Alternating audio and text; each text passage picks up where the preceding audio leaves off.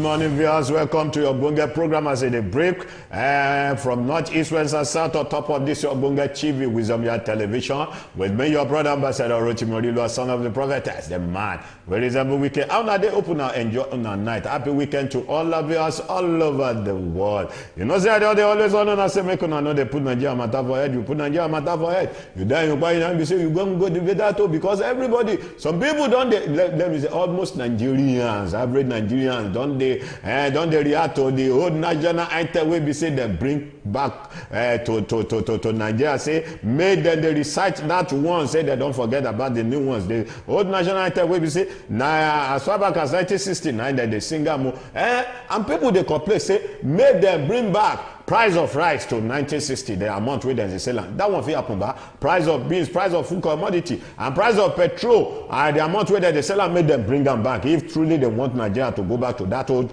national item. What to be our rider today? We want to do Chapali this morning. Our rider talks say, 3 soldiers, they don't kill them for IPOP day. Why these people they do like this? Soldiers will be say they sit down, their home, now go attack them. Now if soldier come that place now, Kondabaru everything, they keep people now. People go come and say, the soldier won't they too much. Now remember, say, make una know, say, those soldiers will die, them be human being like you, they get family members. Now only that cloth, now they different to the cloth where they work. Where now they different between me and you. But if they remove that cloth, they be human being like you. They be human being, we get family, we get wife, we get children. What you go happen there to their wife and their children? Those soldiers will be say that they discharge their duty to their fatherland, they serve their fatherland. Nobody say they come meet now. Nobody say then disturb now. Nobody say then rob. Nobody say then disturb now protest. I be with you now. They do your IPOP day way they do. Nobody say then talk say make una no celebrate IPOP day. Then sit down jeje. You na come kill them. Now soldier come.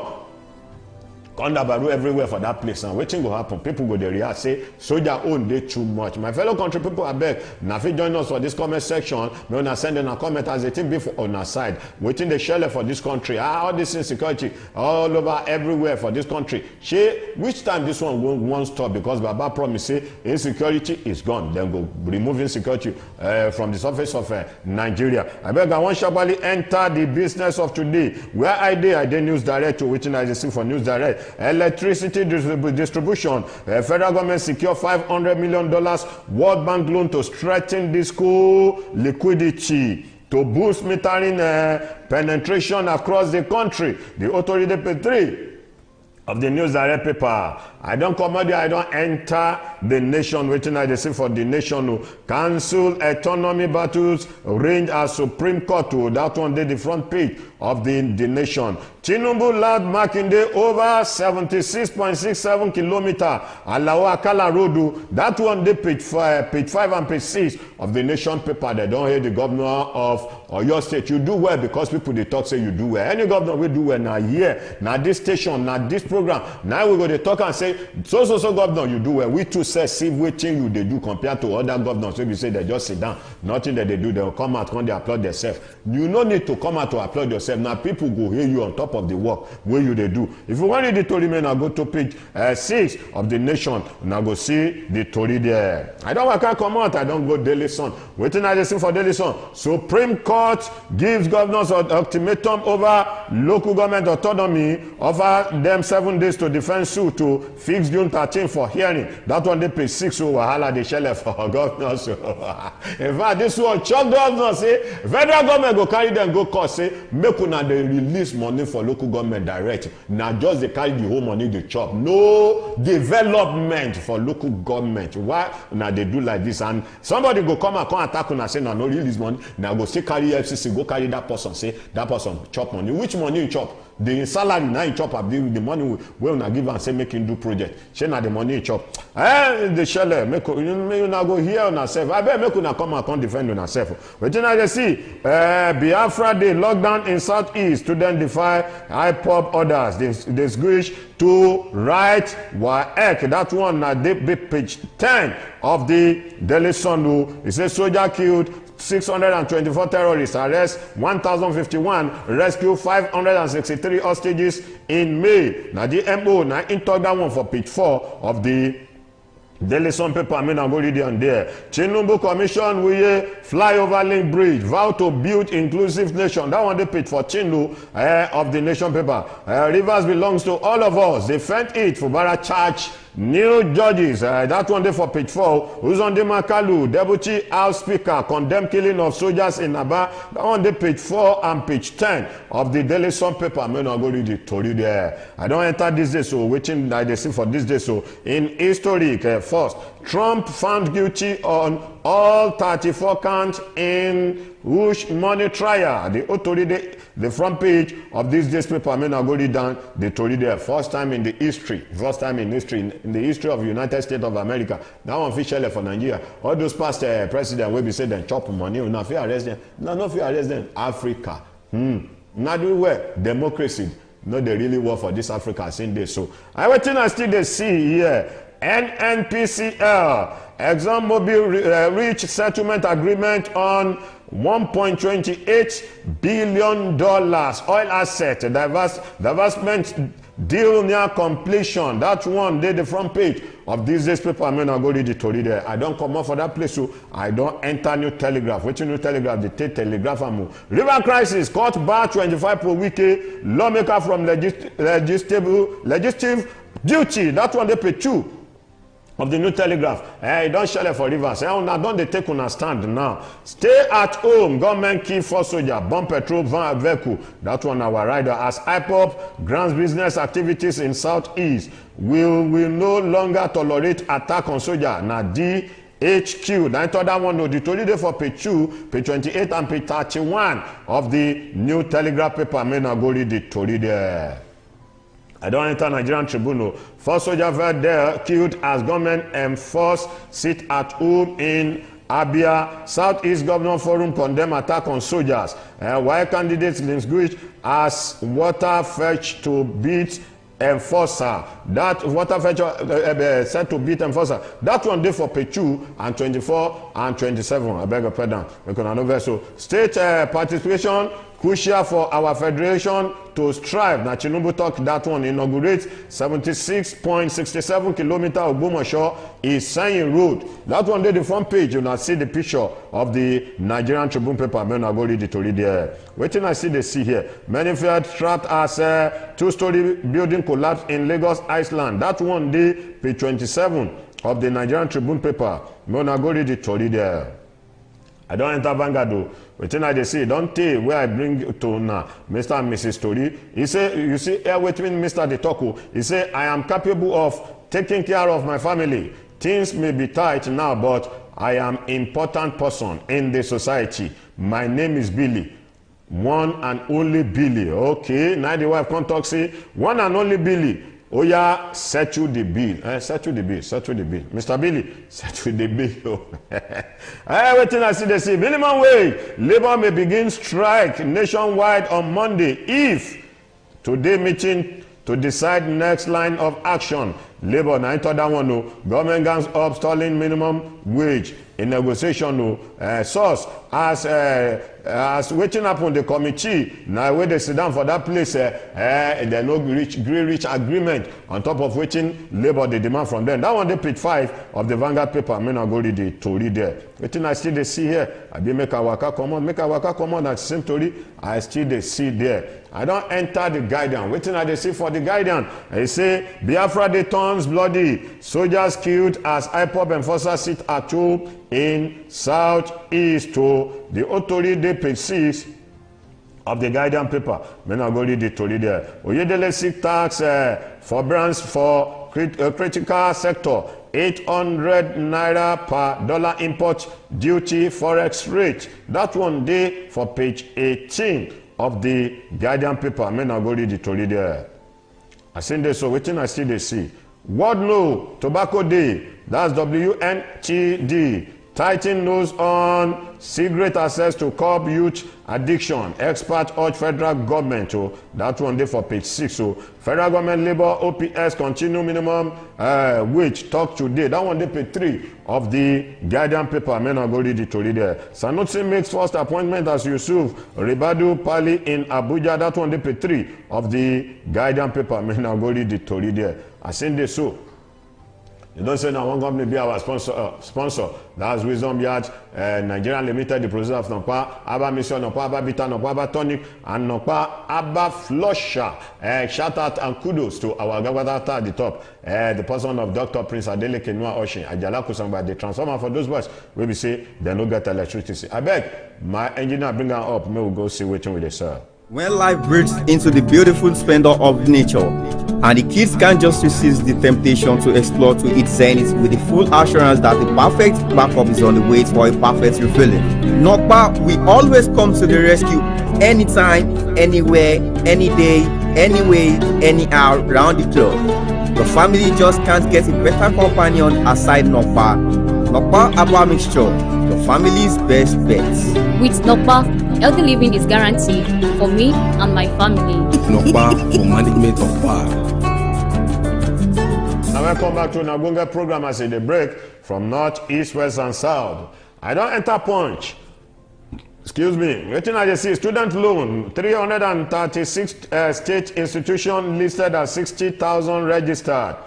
State student to be on board in 3 weeks. Application received from 90% of federal schools. That one day page 2 of the punch paper. I mean, I go read it to read there. Tinubu mounts new executive orders on tax fiscal reform. That one day page 19 of the punch paper. I mean, I go read it to read there. Emirate issue. Kano government meet Ribadu Sanusi made first appointment for page 13. Then I go read it to read there. EFCC invite Kwankwaso over alleged 2.5 billion naira Kano pension fund. That one day page 14 and page 15 of the punch paper. The Tory day there. IPOP sit at home. Governor react as 2 soldiers killed. Business grounded. That one day, page 18 of the punch paper. Lasema blame occupant of 4-story building collapse in Lagos. For page 4, local government fund, federal government state begin legal fireworks. June 13, 9 the fix for the year. That one day, page 7 of the punch paper. I did daily trust to many fired killed as IPOP mark Biafra Day. 12 new ministries, agency created by Governor Buni light up Yobe service deliveries page. That one day for the front page of the Daily Trust. When I go read it to read there. I did Daily Independent to waiting I see for Daily Independent to say minimum wage federal government in make or break meeting today. NLC-TUC vow to mobilize for strike if negotiation is in deadlock. Government asks labor to be considerate, patriotic in their demand. The front page of the Daily Independent paper. When I go read it to read it, federal government move to cushion effect of subsidy. Court commissions 55.2 MMSSPD CGM plant. NMPC plan to roll out SBC more CGN station nationwide. That one, the page 7 of the Daily Independent paper.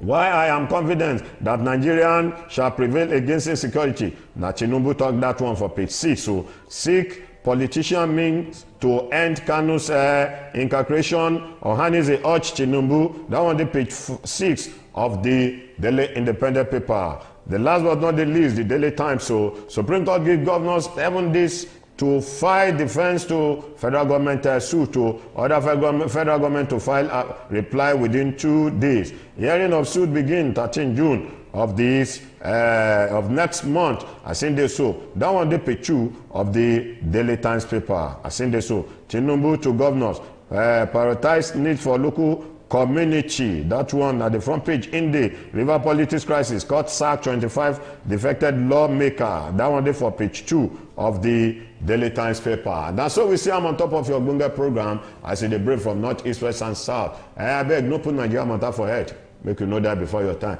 Till we see same time next week. I beg make una enjoy our weekend or make una stay safe. Bye you.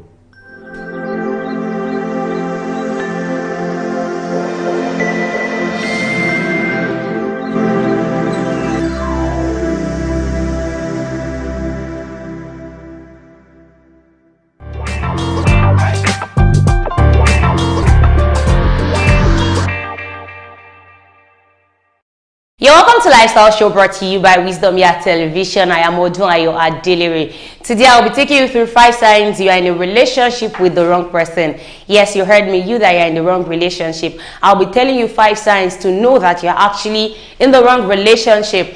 Everyone deserves to be in a relationship that brings out the best in them. I don't want to feel lesser when I'm in my relationship. You deserve the relationship that will actually bring the good side of you, that will bring the best in you, that will bring it out. Have you ever had that nagging feeling in the pit of your stomach that perhaps this person I'm in relationship with, I'm not supposed to be in relationship with this person? You've ever sat down to think it twice? It is like wearing a shoe that is not fit. You want to wear, you're wearing size 42 and you are being offered a shoe of size 40. You know how it feels. You love the shoe, but the shoe is not actually your size. You want to fit in. It might be beautiful, it might be attractive, but trust me, it hurts a lot. So here are 5 signs that you are in a relationship with the wrong person. But before the real gist, stay tuned. I'll be right back.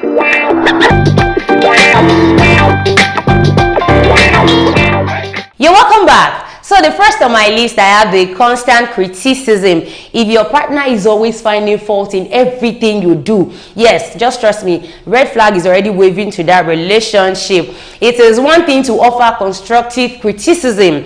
That is if they really care. You can actually offer constructive criticism if you really care about this person. But it is another thing to constantly criticize, which can make you feel small or unappreciated. So once you start observing that my partner is always criticizing me no matter what I do, red flag is waving at you. I'm just going to advise you, you need to quit that relationship. Just stop that relationship. It is heading nowhere. Second on my list, I have you feel drained. A good relationship should energize you and not leave you drained or depleted. Why should I be in a relationship and I'm not happy? Each time I hear my guy's name being called, or I hear my lady's name being called, I feel somehow I'm not that happy. The best in me is not coming out. A good relationship should not make you feel drained at all. If you are constantly stressed, you are anxious, you are unhappy in your relationship, I think it is high time you reconsider that relationship. It is a sign that you are in a relationship with the wrong person. Yes. Then the third one, I have lack of trust. Yes, lack of trust. The trust is the foundation of any strong relationship. If you want your relationship to head to where you want it to go to, if you want your relationship to be a healthy one, you want a relationship to be a happy one, I think the number one thing you need to build is trust. So once trust is being lost in the relationship, once you lose trust in your relationship, forget it. The relationship is going nowhere. If you find yourself doubting your partner, you are doubting their actions, you are doubting their words, you are doubting whatever your partner is doing, then if they doubt yours as well without any reason, you just tell them, okay, hello guy, I want to get to this one. I'm telling that, are you sure you are going to where you actually told me you are going to? Then without trust in a relationship, it struggles to grow. The relationship cannot head anywhere. It cannot head anywhere. So once you see that you are lacking trust in your relationship, it is a no-go area for you. It is a red flag. So it is a sign that you are in a relationship with the wrong person. The fourth one I have, you can't be yourself. Do you find yourself changing your opinions, your interests, or even the way you dress to please your partner? You can't dress the way you want to dress. It is what your partner wants that you do. It is a clear indicator that you might not be compatible. Being in the right relationship means being loved for who you are, not what they want you to be. They love you for the way they see you. Okay, you saw me the first day, you saw the way I dress, and I love you. So now coming into a relationship, going to a relationship with you, tell me the way you dress, I don't like it and all that. Once you start seeing that in your relationship, it is a red flag. It is a sign that you are in a relationship with the wrong person. The last but not the least, I have more downs than ups. More downs than ups. While no relationship is without its own challenges, we all agree that all relationship has its own challenges, one or another. There should be more good times than the bad. If you would agree with me, there should be more good times than the bad. We know you cannot always be perfect because you are two persons coming from two different backgrounds. You were not brought up the same way, so it is expected that you have misunderstandings, you have your ups, you have your downs. So it is expected that the ups must be more than the down.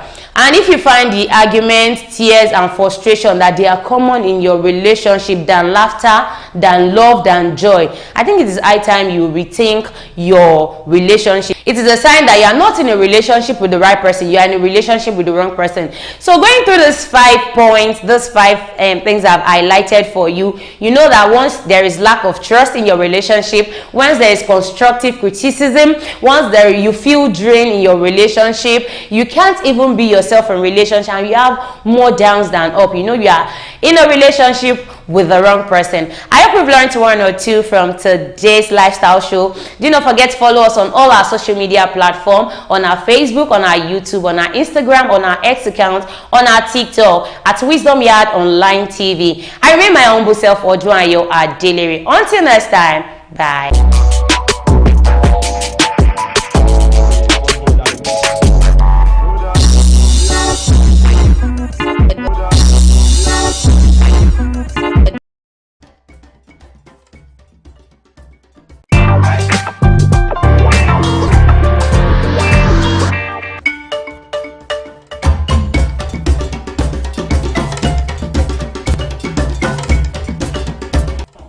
Ṣé rí ẹ̀yin obìnrin wàhálà yìí máa ń pọ̀ jù, ìjọ̀gbọ́n yìí máa ń pọ̀ jù, ẹ máa ń ṣe nǹkan mi báyìí ẹ fi ọjà nǹkan ni kò sí bẹ́ẹ̀ ṣe lè sọ pé ẹ ṣe kíní tó ẹ ṣáà ṣe kankan jẹ́ pé ó máa mú sọ lẹ́nu wá tó yẹ kó èèyàn máa ń wòye pé ṣé obìnrin lè ṣá ṣé obìnrin lè ṣá kí ni ìbá ṣẹlẹ̀ kí ni nǹkan tẹ́yìn náà sọ lẹ́nu kí ni ìbá ṣẹlẹ̀ èwo ni ṣóbìnrin lè ṣá ẹ bá ń sọ̀rọ̀ àwọn obìnrin máa ṣe àpọ́nlé ẹ má kàn máa sọ pé ṣóbìnrin lè ṣá ó dà ẹ má bínú ṣùgbọ́n kí nǹkan tá a fẹ́ ṣe náà tó yẹ pé ẹ̀kọ́ ti ṣẹlẹ̀ lábẹ́ ọ̀run. ṣùgbọ́n ẹ̀yin obìnrin náà ẹ máa ń gun ọ̀wà jẹ́ pé ẹ̀yin lè máa ń jẹ́ kọ́kùnrin gan kọ́ máa ọlọ́mọ ẹ̀kẹ́ yàn kọ́ ṣìwàhù sí ọlọ́mọ ẹ̀kẹ́ yàn ṣe nǹkan míì kí ni ìbá ṣẹlẹ̀ nísìnyí ṣé wọn kó pè mí. ẹ máa ń ṣìwàhù ọkùnrin ò kí ń ṣìwàhù. ṣé wọn kó pè mí mo ní mo wà station lẹ́ẹ̀kan ó sọ pé ẹ̀mí fẹ́ bẹ̀rẹ̀ pé kí ló gbé lọ sí ó ṣe ọkọ àtìyàwó wá sọ fún mi ẹ ṣe wọ́n lọ́kọ àtìyàwó ò bá ṣẹra wọn o kíkan náà méjèèjì wá lọ kó dáa o station ló máa hẹ́ndì ìyàwó tọ́jọ́ fẹ́ra wọn sílé mo wá ní ọkọ ó ṣe kinní kan gbọ̀nmọ́wọ́ oúnjẹ wá kò ń yẹ kinní kan kó lè máa wọ kì í ṣe pọ́kùnrin yìí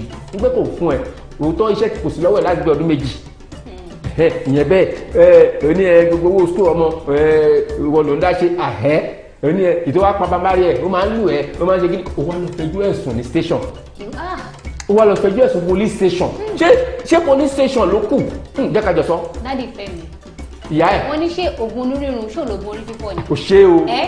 kò tí ẹ kí máa bẹ́ẹ̀ ni wípé ó ní ọmọkùnrin yìí iṣẹ́ ti bọ́ lọ́wọ́ láti ọdún méjì sẹ́yìn so látàrí pé kò ní iṣẹ́ lọ́wọ́ yìí wọ́n máa ń kanra yìí máa ń na ìyàwó. kì í ṣe pé máa ń dédé o mọ̀ pé yóò bí náà ẹ máa hùwà míì tó yẹ pé gbogbo ọkùnrin náà kọ́ lára ẹ lè gba gbogbo. ṣé ọmọ kan tí obìnrin yẹn ti ń gbà mọ́ra tó wọ́n kóun ṣáà máa fi ṣoṣù kó máa fi para. tó bá di pé ọkọ yẹn sùn kan ògiri tó fi wájú padà pé the best thing ni pé kóun lọ fẹjọ́ sùn àwọn tó jù lọ. ẹ̀yin ọkùnrin alágídí ni yín àkílẹ̀ kápá obìnrin àlè kápá yín ẹ ti believe pé torí pé ẹ jẹ́ ọkùnrin kò sẹ́ni tó lè control kò sẹ́ni tó lè correct kò sẹ́ni tó lè bá yín wí pé ọkùnrin ni yín nǹkan tó bá wọn yìí lè máa ṣe fúnra yín. I'm very sure ṣé irú obìnrin yẹn kò tí fẹjọ́ sùn àwọn ẹbí ọkọ ṣé kò tí fẹjọ́ sùn àwọn ẹbí ọkọ ti fẹjọ́ sùn kí ni ìgbésẹ̀ táwọn ẹbí ọkọ gbé ó ní sùúrù kọ́kọ́ pa sínú marriage. ikú olóbẹ kú ikú pa olóbẹ báwo ló ṣe máa pa ṣé ẹni tó fẹ́ yàn báwo ló ṣe máa sọ pé ó máa ronú pé òun fẹ́ pàyàwó òun. wọ́n ní ikú tó wá máa pa tó bá ń ṣí fìlà lórí ẹni báyìí òwe ló ń pa fún ni irú ọkùnrin bẹ́ẹ̀ tó ti ń na ìyàwó ẹ̀ torí pé kò níṣẹ́ lọ́wọ́ ti ń kanra jọ tó bá kọ̀ jí lọ́jọ́ kan tó kọ̀ fún ìyàwó lọ́rùn. ṣé ó máa sọ pé kò lè fún lọ́rùn Yolúwa Fẹ́mi.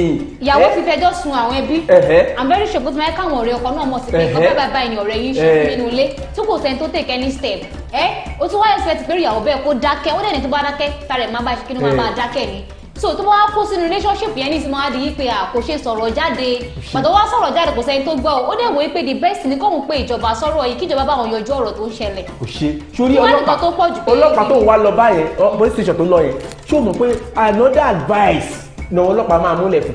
another advice. àwọn nǹkan tí ò lẹ́tọ̀ọ́ ọ tó máa kọ́ra wọn síra wọn. wọn ò lè kọ́ra wọn síra wọn wọn máa bá wọn yanjú ẹ̀ ni. kí ló fẹ́ bá wọn yanjú. wọn bá wọn yanjú ẹ̀ ni. ó mọ̀ pé ẹ̀yin ọkùnrin lè máa pariwo ara yín síta náà. lọ́nà wo nǹkan tó yẹ kẹ́ ẹ kọ̀rọ̀ ara yanjú lára yín amicably but torí pé wọn náà ń kanra owó pé òkè ọkùnrin ní ẹ̀ kò sí nǹkan tó lè ṣẹlẹ̀ sí ẹ ó da gbogbo ẹ̀sìn rọ́ọ̀kù gbọ́dọ̀ síyàwó lẹ́nu. àwọn ẹbí ẹ̀ gbà tí ìyàwó fẹjọ́ sùn ṣé wọn ní invite ẹni pé kó wá pọ̀ ọ̀kọ̀lọ̀rọ̀ sí tó jẹ́ kò ní dá wọn lóhùn. kò ṣe débi kọ́kọ́ sọ nǹkan fún ẹ èyí ń ti kóòtù dé kó wá di ọmọ rẹ o Ìjẹ̀bú ló máa ń sọ bẹ́ẹ̀ o èyàn ò ní mú mi lọ ní ìsìn bá bó ṣe wà ní sìn kó wá ní kí n wò títí ó ṣẹ̀ mí o kí wá mú ẹ lọ station àbí kí wọ́n mú mi lọ station ṣé ìfẹ́ yẹn máa ṣe kí ni ṣé ó máa continue. ó yẹ kó mọ̀ pé mi ò kí kọjá àyà rẹ̀ olùdẹ̀ kí kọjá àyà rẹ̀ àjọmọ̀ wa ara wa ni nǹkan tó ń ṣe kó ní ẹ̀kọ́ àtìyàwó kó understand ara wọn. ó dà jẹ́ ká gbà pé mo ṣe mistake torí kò sí àwọn àtẹnu òrìṣẹ́ kan bá jà ṣé o máa ronú débi wípé kò lọ fọlọ́pàá mi. jẹ́ kí n kọ́kọ́ ṣàlàyé ó ṣe mí ẹ̀ṣẹ̀ tó wá ṣẹ̀ mí ni ó wá dùn mí gan mo á kọ́ sọ fún ìbí ìpò gbọ́ mo sọ fún àwọn fámìlì ẹ̀ wọn ò dá sí mo sọ fún àwọn fámìlì tèmi náà wọn ò dá sí àwọn ọ̀rẹ́ wọn ò dá sí jọ ibo ló tún wá ṣe bí màá lọ ìjọba máa ń pè kó bọ́ àyànjú ẹ̀ báyẹn bẹ́ẹ̀ ni ètò wọn ṣe police station àwọn sójà ni màá pèsè ẹ. kò sífẹ̀ẹ́ mọ́ nìyẹn. ó ṣe pé kò sífẹ̀ẹ́ mọ́ gbogbo àlẹ́ gbọ́ ni wọ́n ní ìtọ́ tí màá fẹ́ kó bá jòrí mi ò ṣe máa ń ṣe kí má bàbàjẹ́ náà máa fi àwọn sójà yẹn ká máa fi gidi ẹ̀. ṣọ́ọ̀rọ̀ ti di ní sí báyìí. wọ́n tún wá ní kékeré nǹkan pẹ́ẹ́pẹ́ ọkọ mi wọ́n fẹ́ rí ẹ ní station ò ní dá wọn lóhùn bọ́ táwọn sójà kan bá wá tó huge dáadáa àwọn ft men tó máa wá tó máa gbé ẹ ò ní hesitate láti tẹ̀lé wọn náà. gbọ́dọ̀ wàá fi sójà gbé mi tó o dẹ̀ bímọ fún mi tó o bímọ fún mi tó o bí fẹ́ mi o bí mi sí ẹ̀yin ará ilé òun lè fi gbọ́ yìí o tí ó lẹ́tọ̀ọ́ ẹ̀yin ọkọ àti ìyàwó tí ó lẹ́tọ̀ọ́ kíkan náà a méjèèjì máa fọlọ́pàá gbéra wa ẹ jẹ́ ká jọ ronú ẹ̀ dáadáa o ìbéèrè ni o ìbéèrè ni o. kò sí nǹkan tó dáa náà bàbá ní káwò kò sí nǹkan tó dáa mẹ́yìn ọkùnrin náà alágídí nìyí èmi ti máa ń sọ ẹ lágídí ọkàn tèmi máa ṣe nǹkan tẹ máa fẹ́ ṣe ìfẹ́ tara yín nìkan lè máa wò pòkè àṣẹ yín gbọ́dọ̀ múlẹ̀ inú ilé tí ò dé yẹ kó máa rí bẹ́ẹ̀ irú ìyàwó yẹn tó ti rí pé òkè wọn kúrò sí máa enjoy o sọ pé 2 years iṣẹ́ tí wọ́n lọ pé ó dé ó enjoy pé òkè with time ṣùgbọ́n ó fún oúnjẹ tẹ́lẹ̀ ó fún oúnjẹ tẹ́lẹ̀ kò bá má fún oúnjẹ condition wá nìyẹn jọ̀ṣọ́ nǹkan ló gbéyàwó sílé tó bí ọmọ sílé àní condition wá ó gbọ́dọ̀ tí mo sọ yìí condition tí wá wọ ọdún ẹ̀ ìyàwó tó wá fara dà fún odidi ọdún méjì 2 years ṣé mo gbìyànjú ṣé òun ò ní òògùn pé nǹkan yìí lè dá 2 years yẹn ọkọ̀ ẹ̀ tún máa nà bẹ́ẹ̀ o bí agbẹ́ta ọkọ̀ bá rí ọkọ̀ fi sílẹ̀ tó máa kanra mọ́ ìyàwó wa mú mọ́ra fún ọdún méjì sọ yẹn o ní ẹni sí ìgbà tí eṣin tó bá ń jẹ lẹ́gbò kùsẹ́ tó máa rí sí tí lẹ́gbò bá ń pa eṣin gẹ̀rẹ́ máa sọ pé àkílódé ẹyẹ pámọ́ ẹyẹ ṣe kinní kan mọ́ ìgbà tó nà ìyàwó yẹn nínú ilé kò sẹ́ni tó sọ̀rọ̀ sí i. ní ìsìn tó wá nǹkan tó wá ṣe yìí sí báyìí tí wọn kọ́kọ́ ti yarí sí báyìí pé kóńdàkú ṣe kíni kóńdàkú máa lọ́nà. èyí ọkùnrin bẹ́ẹ̀ ni ò fẹ́ kọ́ ṣe ni. èwo ni pé kò fẹ́ kọ́ ṣe tó o ti gbé mi dé station. kò fẹ́ wo ni tó ti gbé dé station. ó ti pariwo rẹ̀ síta náà. ìjọba ti dá sí i kò jẹ́ ká yanjú ọ̀rọ̀ wa ní ilé fúnra wa ó ti gbé mi lọ sọ́dọ̀ ìjọba ó ti túnú àṣírí mi ó ti jẹ́ kí ọ̀jọba mọ̀ fún iye tó nìyẹn.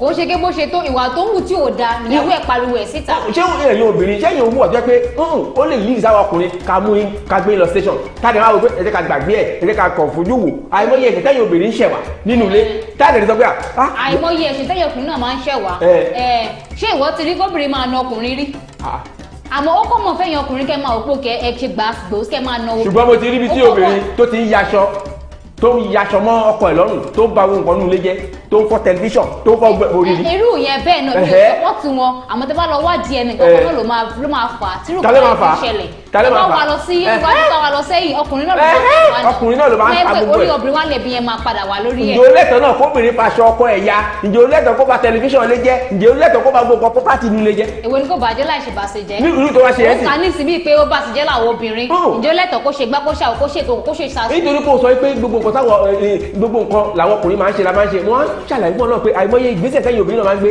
tó lead station irú kan tó ṣẹlẹ̀ ẹ̀ sìn tó yaṣọ tó bá gbogbo nǹkan ní ilé jẹ́ ṣé ọkọ kò lè lọ station àbí kó lọ fọ́ọ̀tù ẹ̀ ṣùgbọ́n a kọ̀ wò pé wẹ́ èmi ni mo fẹ́ nǹkan mi ẹ má wọrí dẹ́kin fílẹ̀ pẹ̀lú wa ẹ̀ nǹkan tá a máa sọ nìyẹn ẹ̀yin obìnrin náà ẹ máa ní sùúrù kò sí wàtàwọn ọkùnrin lè wù ẹ gbọ́ tó bá gbé ẹ̀ṣẹ̀ máa lọ station kò lè sífẹ̀ẹ́ mọ́ gbàgbé ẹ̀ ìfẹ́ ti lọ.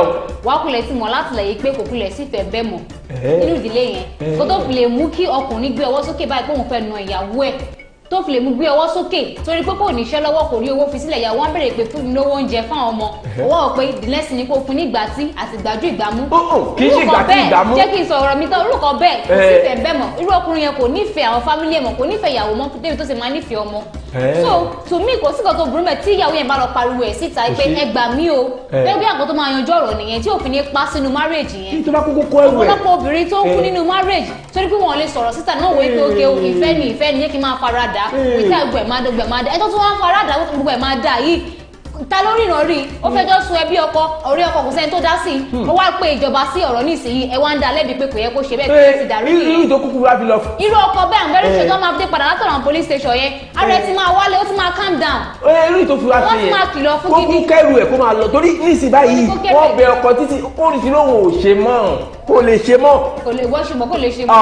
ẹ wo ẹ̀yin aráalé láàrin ìṣẹ́jú díẹ̀ torí pé bọ́lọ̀ yẹn ṣe ń dùn bó ṣe ń dùn mí yẹn pé ṣó lẹ́tọ̀ọ́ ni ẹ̀yin ọkọ àtìyàwó tẹ́ ẹ fẹ́ ra yín sílé kẹ́ máa ń gbé ra yín lọ station ẹ jọ kí n tó sọ pé mo fún ìyá ìlésì ẹ̀ iléeṣẹ́ kan ló ní ká máa lọ wọn níléeṣẹ́ nọ̀pá abá mixture nọ̀pá abá tonic. àti iléeṣẹ́ King Victor Nigeria Enterprises. tòrọ ọmọ alájẹ ni wá àbọ̀. bí mo bá ti kú kò yí ọlọ́run nípò padà. ìdílé ìbẹ̀rẹ̀ nìkan confam ẹ̀ nọ̀pá abá mixture yìí ẹ máa mú eléyìí náà lábọ́ rí kì í o ẹ ṣàlùkò ní fẹ́ ẹ̀ tó ṣe kí ni mo gbé bọ́ọ̀dì owó tí bá lọ àtúkọrin for one place to another place ẹ̀rù kò easy mo lọ mẹ́rin márùn-ún kílẹ̀ tó mọ́ tó bá fi di next day ara mi á ṣe àbíṣà àbá nọ̀pá. bí ó bá sí wọ kò sóhun tí mo lè ṣe. For management of power. In the heart of Nigeria's bustling markets, where the sights, sounds, and smells overwhelm the senses. But in the midst of chaos, there shines a beacon of hope. King Victor Nigeria Enterprises, where convenience meets tranquility and shopping becomes a pleasure. Join countless others who have discovered the joy of shopping at King Victor Nigeria Enterprises. At King Victor Nigeria Enterprises, we understand the importance of providing our customers with the highest quality products at affordable prices. Here at King Victor Nigeria Enterprises, customer satisfaction is our top priority. We're always here to help you find exactly what you need. Whether you're stocking up for the week ahead or grabbing a last-minute item for tonight's dinner, King Victor Nigeria Enterprises has everything you need to keep your home running smoothly. Obi jẹ́ kọ́kọ́ sọ kọ́kọ́ fún ẹ wọ́n ní ìgbẹ́bíntín létí àwo gbẹ̀gìrì tójú bá ti kú òǹbẹ ọkàn ní kú òǹbẹ o gbogbo nǹkan tí obìnrin yìí ṣe yìí sìn gbóná ọkẹ́ tó bímọ fúnra wọn o kí ló fẹ́ kọ́ máa sọ fún àwọn ọmọ yẹn tó bá dàgbà jẹ́ ká jọ wò ó gbígbó ìwọ tó yẹ pé màmá ẹ ṣe ló fọlọ́pàá mú bàbá ẹ kiri. o mọ̀ wípé tí ọkọ àti ìyàwó tó bá ti ń abuse ara wọn tó fi bára wọn jà wọ́n bára wọn ṣe àwọn nǹkan tí ó tọ́ nínú marriage àwọn ọmọ ọgbọ́n máa ríran rí àwọn ọmọ ọgbọ́n ló máa fẹ́ gba ìkọ́nà obìnrin mọ̀ràn pé à mọ́mì ẹ̀ ṣe ṣe nǹkan báyìí dádì ẹ̀ ṣe ṣe nǹkan báyìí irú ọkọ yẹn tó yẹ pé òun máa na ìyàwó ẹ̀ ṣé àwọn ọmọ òní máa rí ni àwọn máa rí náà. èmi ò jiyàn àwọn ará àtọ́nà dẹ̀ a máa gbọ́ sí i àwọn aráalé máa mọ̀ sí i àwọn ẹbí mọ̀ sí i wọ́n sẹ́ni tó gbé ìgbésẹ̀ kọ̀ọ̀kan. wọ́n gbé ìgbésẹ̀ máa gbọ́ ìgbésẹ̀ wo ló gbé. wọ́n gbé ìgbésẹ̀ ìgbésẹ̀ wo ló gbé. ẹ jẹ́ ká tọrọ asájà fúru láì gbọ́dọ̀ wọ́n náà ní kò ṣàlàyé náà kí wọ́n wọ́n ló gbé gbé ìgbésẹ̀ òun ò ní sùúrù ni ní sùúrù o. ó ní sùúrù kẹ́mi ẹ̀ fi bọ́. ẹbí èrò ló ń bọ́. ìgbà kẹ́mi ẹ̀ bá wá bọ́ tán wá ní àwọn family tí wọ́n á address ẹ̀ pé adẹ̀ tí wọ́n á ní solution tẹ́yìn bá wá bọ́ tán wọ́n ní tí ọba pariwo síta nìkan máa ń gbẹ̀mí nísìnyí ẹ tó tún pariwo síta kò sẹ́ni tó dá sí wa ni wọ́n gbé ìgbésẹ̀ wo ni wọ́n gbésẹ̀ tí wọ́n lè mí bí ẹ̀ ó ní pé sùúrù ní kò ní. ẹ jọ ẹ̀yin aráalé tí ẹ ń wò wá ẹ̀yin tẹ́ ẹ jóbìnrin ṣé irú nǹkan báyìí ṣẹ́yìn lè ṣe ẹ kò dá mi lóhùn ṣé ẹ lè ṣe irú nǹkan báyìí ẹ̀yin àtọkọ yín ní nǹkan kan ṣe jẹ́ ká gbà pé ó dáa kò fún yín lówó oúnjẹ kò ṣe ìtọ́jú ọmọ ó wá ṣe mistake ó wá bí ó kọ̀ fọwọ́ gbá yín lẹ́nu ṣé ó wá ní ìdíje kẹlẹ station mistake ó kọ̀ fọwọ́ gbá yàn lẹ́nu ẹ jẹ́ kó dáhùn ṣọ́kùnrin a máa ṣe mistake yẹn.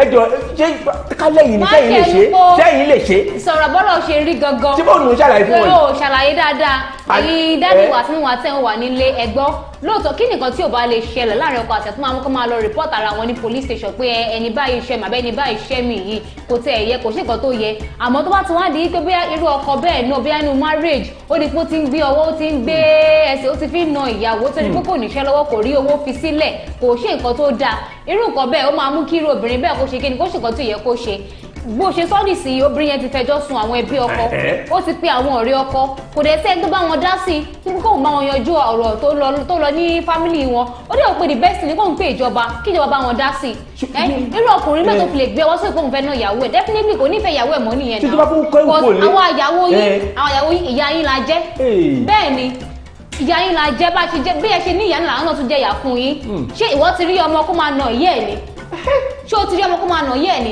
tó báwo lè ṣe máa sọ pé òkè òdì nẹ́sìn kẹ́ máa nà àwọn ìyàwó yín kò ń ṣe nǹkan tó dáa náà nǹkan tó kù díẹ̀ káàtó ni ègún gan nínú ọkùnrin bẹ́ẹ̀ ń gbà tó ń pèsè orí ara ẹ̀ báwo la ṣe máa gbọ́ sípẹ̀ náà ìyàwó ẹ̀ náà obìnrin kí ló dé.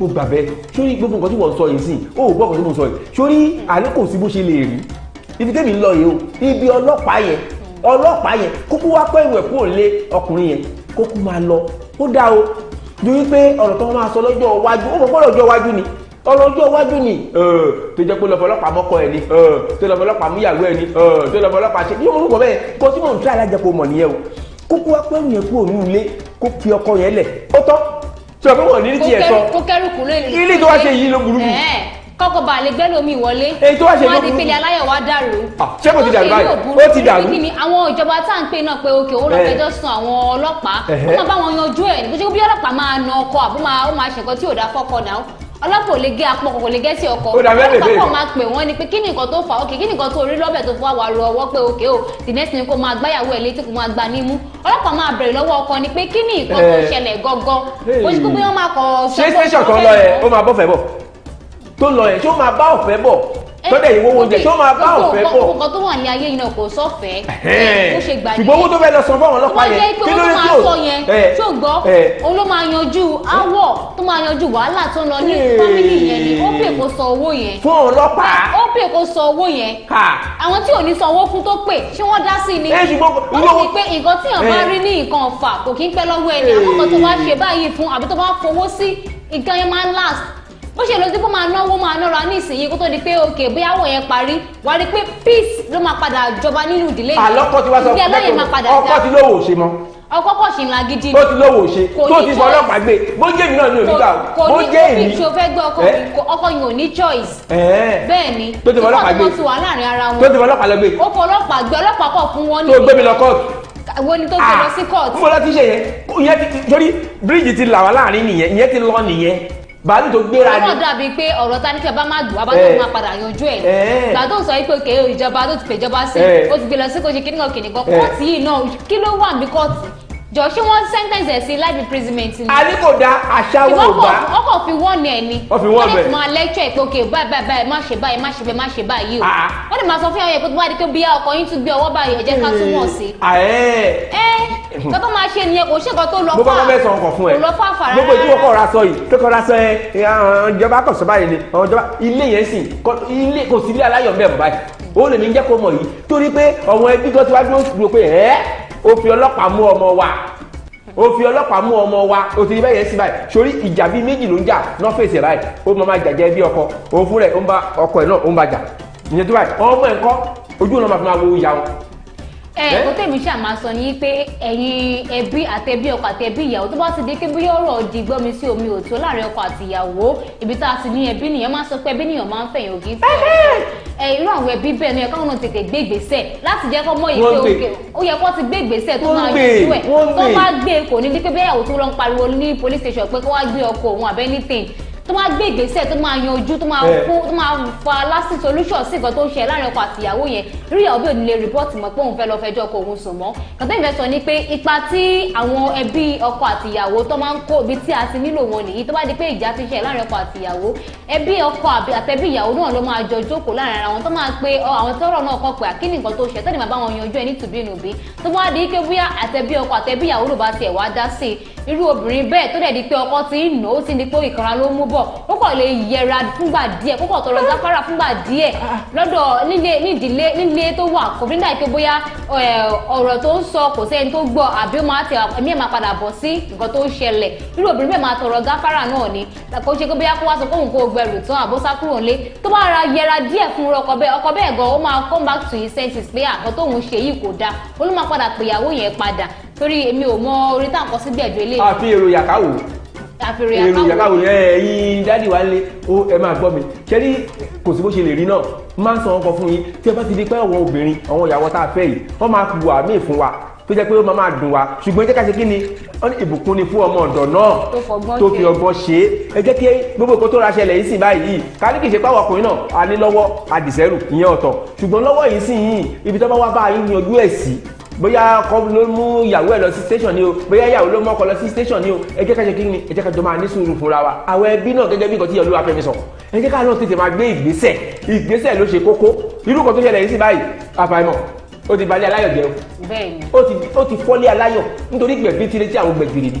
bẹ́ẹ̀ni bó ti bá kúrò bẹ́ẹ̀ kò ní kúrò bẹ́ẹ̀ kò wá sí nǹkan tó bá tẹ̀ lé ṣe láàrin ọkọ àti ìyàwó tó máa fà kó máa pariwo ara wọn síta wọ́n ní nǹkan tó bá ń ṣe láàrin ọkọ àti ìyàwó kan jẹ́ kó mọ sí àárín ara wọn kó lè parí ẹ̀ nítùbínùbí pẹ̀lú máa yẹ kí tìkẹta gbọ́gbọ́ kọ̀ tí tìkẹta bá ti ń gbọ́ sí máa di pé ilé aláyọ̀ dàrú ilé aláyọ̀ mi máa wá di ilé nǹkan míì tó jẹ́ pé bóyá ìyá kan máa wá ṣe láàrin ọkọ àti ìyàwó láàrin òbí àtọmọ la fi ń wòye pé ètò ilé aláyọ̀ yìí ká máa ṣe àwọn nǹkan tí ò tó nǹkan tó máa ń ṣe láàrin lọ́kọláya la máa ń gbéyàwó lórí ètò yìí ojú wo ló wá kọ sí ẹ̀yin ara létí ẹ̀ ń wò wá ǹjẹ́ ó lẹ́tọ̀ọ́ kí ọkọ àbíyàwó kó máa lọ fẹjọ́ ara wọn sùn ní àgọ́ ọlọ́pàá torí pé bóyá ọkọ mi ṣẹ̀ mí ìyàwó mi ṣẹ̀ mí ṣé nǹkan tó tọ́ ni ṣé next option nìyẹn fún ọkọ tàbí ìyàwó láti lọ máa fẹjọ́ sùn orí tó bá kọ sí yín ẹ jẹ́ ká mọ èròǹgbà yín níbi tá à ń pè ní comment section lórí ìkànnì YouTube wa at Wisdom Yard Online TV àti lórí Facebook at Wisdom Yard Online TV bákan náà wà lórí Instagram TikTok àti X ẹ má gbàgbé láti máa kọ sí wa lórí àwọn ayélujára náà gbogbo ojú tí wọ́n ń wà pátápátá yín lè là kí pé ojú tẹ fi ń wà kò ní fọ́ bẹ́ẹ̀ ètò tẹ fi ń gbọ́ wa kò ní gbé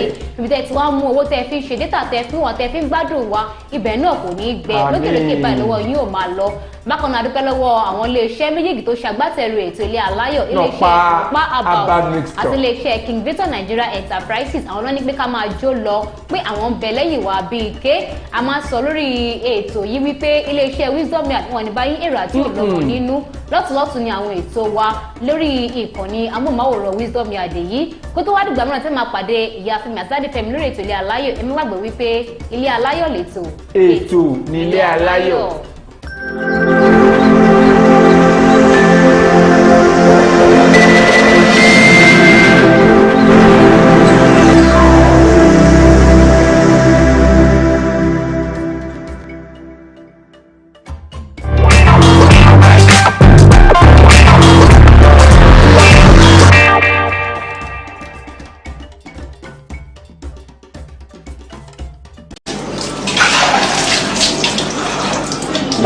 Ni ọmọ pa ẹjọ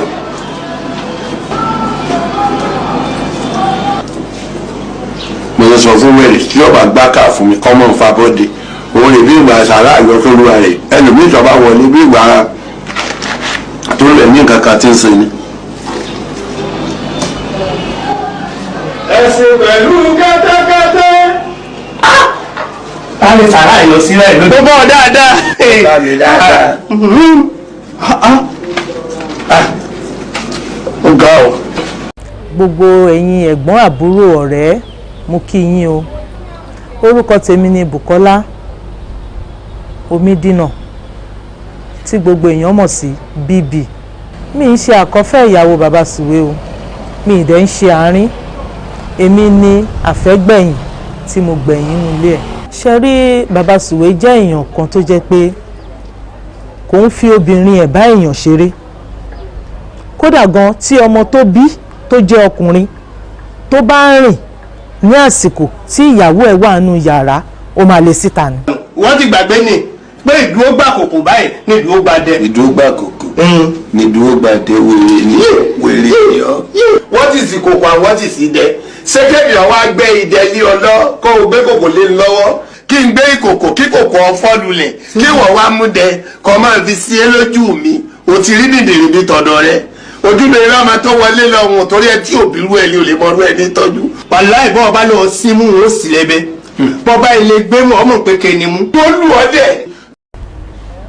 kò ń fi obìnrin ẹ̀ báyàn ṣeré is a kind of man tó jẹ́ pé tí ó bá wà lọ́wọ́ ẹ̀ á jẹ́ kẹ́ mọ̀ pé wà lọ́wọ́ òun á ṣe fún yín níwọ̀nba nǹkan tó ní agbára kò dẹ̀ kì í ṣe nǹkan tó ẹ pàwọ̀ pé kí ni ẹ kí ló jẹ́ kì í ṣe àwọn ìyàwó ẹ̀ bẹ́ẹ̀ èyí tèmi mọ̀ o kò ṣe níbẹ̀ kò dẹ̀ ṣe pé bóyá ńgbà tó sick la ṣẹ̀ṣẹ̀ bẹ̀rẹ̀ relationship wa kí Ọlọ́run ọba kó bá mi fi ọ̀run kẹ́dùn ní kó bá mi fọ̀run kẹ́dùn ní ìgbà tí èmi àti ẹ̀ kọ́kọ́ wà ta break ìgbà tí mo máa padà rí dùn ní ló jẹ́ kí n padà rí bàbá Sùwé kó sick nílé ọ̀rẹ́ wọn tó ń pè ní Vice Aláfẹ́ Dùnní ló lọ gba sáfítíkẹ̀tì ńbẹ̀ lọ́dọ̀ Aláfẹ́ gẹ́gẹ́ bí ọ̀gá mi ibẹ̀ ni mo ti wá jókòó wọ́n wá sọ pé pẹ̀sì ń bọ̀ wọ́n rò pé pẹ̀sì wo ló ń bọ̀ nígbà tí mo máa bojú ẹ̀yìn mo rí pé òun ni omi bọ́ lójú mi with the situation of the condition tí mo rí yẹn omi bọ́ ní ojú mi, mo sun ẹkún. Ultra wà ń bẹ̀, Abíọ́dún ó wà ń bẹ̀. Ultra ló wá ń sọ fún mi pé àǹtí ẹ má sun ẹkún mọ́, nǹkan tí press nídìí ni ẹni tó máa tọ́jú ẹ̀. Mo nílò lè tó yìí. Bí mo ṣe tún padà wọlé lọ, mo rí ọ̀rẹ́ wọn tó ń pè ní Aláfẹ́ yẹn. Aláfẹ́ náà ń sọ fún mi pé bíbí má ké ẹni tó máa bá wọn tọ́jú ẹ̀ làwọn ń wá. Mo dẹ̀ nú ké, mo ní mi kọ́ ni máa tọ́jú ẹ̀, Ọlọ́run ló máa bá mi tọ́jú ẹ̀, kí Ọlọ́run ọba kó ràn mí lọ́wọ́ láti ṣe. Kì í ṣe ọkùnrin tó ń ta obìnrin nu o, torí pé everybody náà ló mọ̀ pé bí press ṣe wà yẹn kò fi obìnrin ẹ̀ báyàn ṣeré. Mo rántí ìjọ́ ta wà nínú pálọ̀, ó ṣe nǹkan kan bí mi nínú mo wá lọ sísàlẹ̀, mo lọ jókòó sí pálọ̀ sàlẹ̀. Nígbà tí máa padà gùnkè, ó ní bo ni mo ti ń bọ̀, mo ní mo ń bọ̀ láti pálọ̀ sàlẹ̀. Ó ní pálọ̀ sàlẹ̀ wọ́n ti wà bí yàrá dírẹ́fà. Inú bí mi ń jọ yẹn pé akílò ti ẹ̀dẹ̀ wá dé ara ẹ̀dẹ̀ gbóná débi pé wàá tún máa bá dírẹ́fà jowú ni. Èmi ò lọ yàrá dírẹ́fà o, síbẹ̀ kò ń fi obìnrin ẹ̀ báyàn ṣeré. It's not kind of man tó yẹ pé máa wò pé kí lobìnrin jẹ́, kò ń ṣe o. Ní tèmi o, ó cherish àwọn ìyàwó ẹ̀, ó cherish obìnrin, ó dẹ̀ cherish ẹni tó gbé sínú ilé. Pé èèyàn ń tọ́jú èèyàn, ó ń gbìyànjú níwọ̀nba nǹkan tágbára ẹ̀ ká.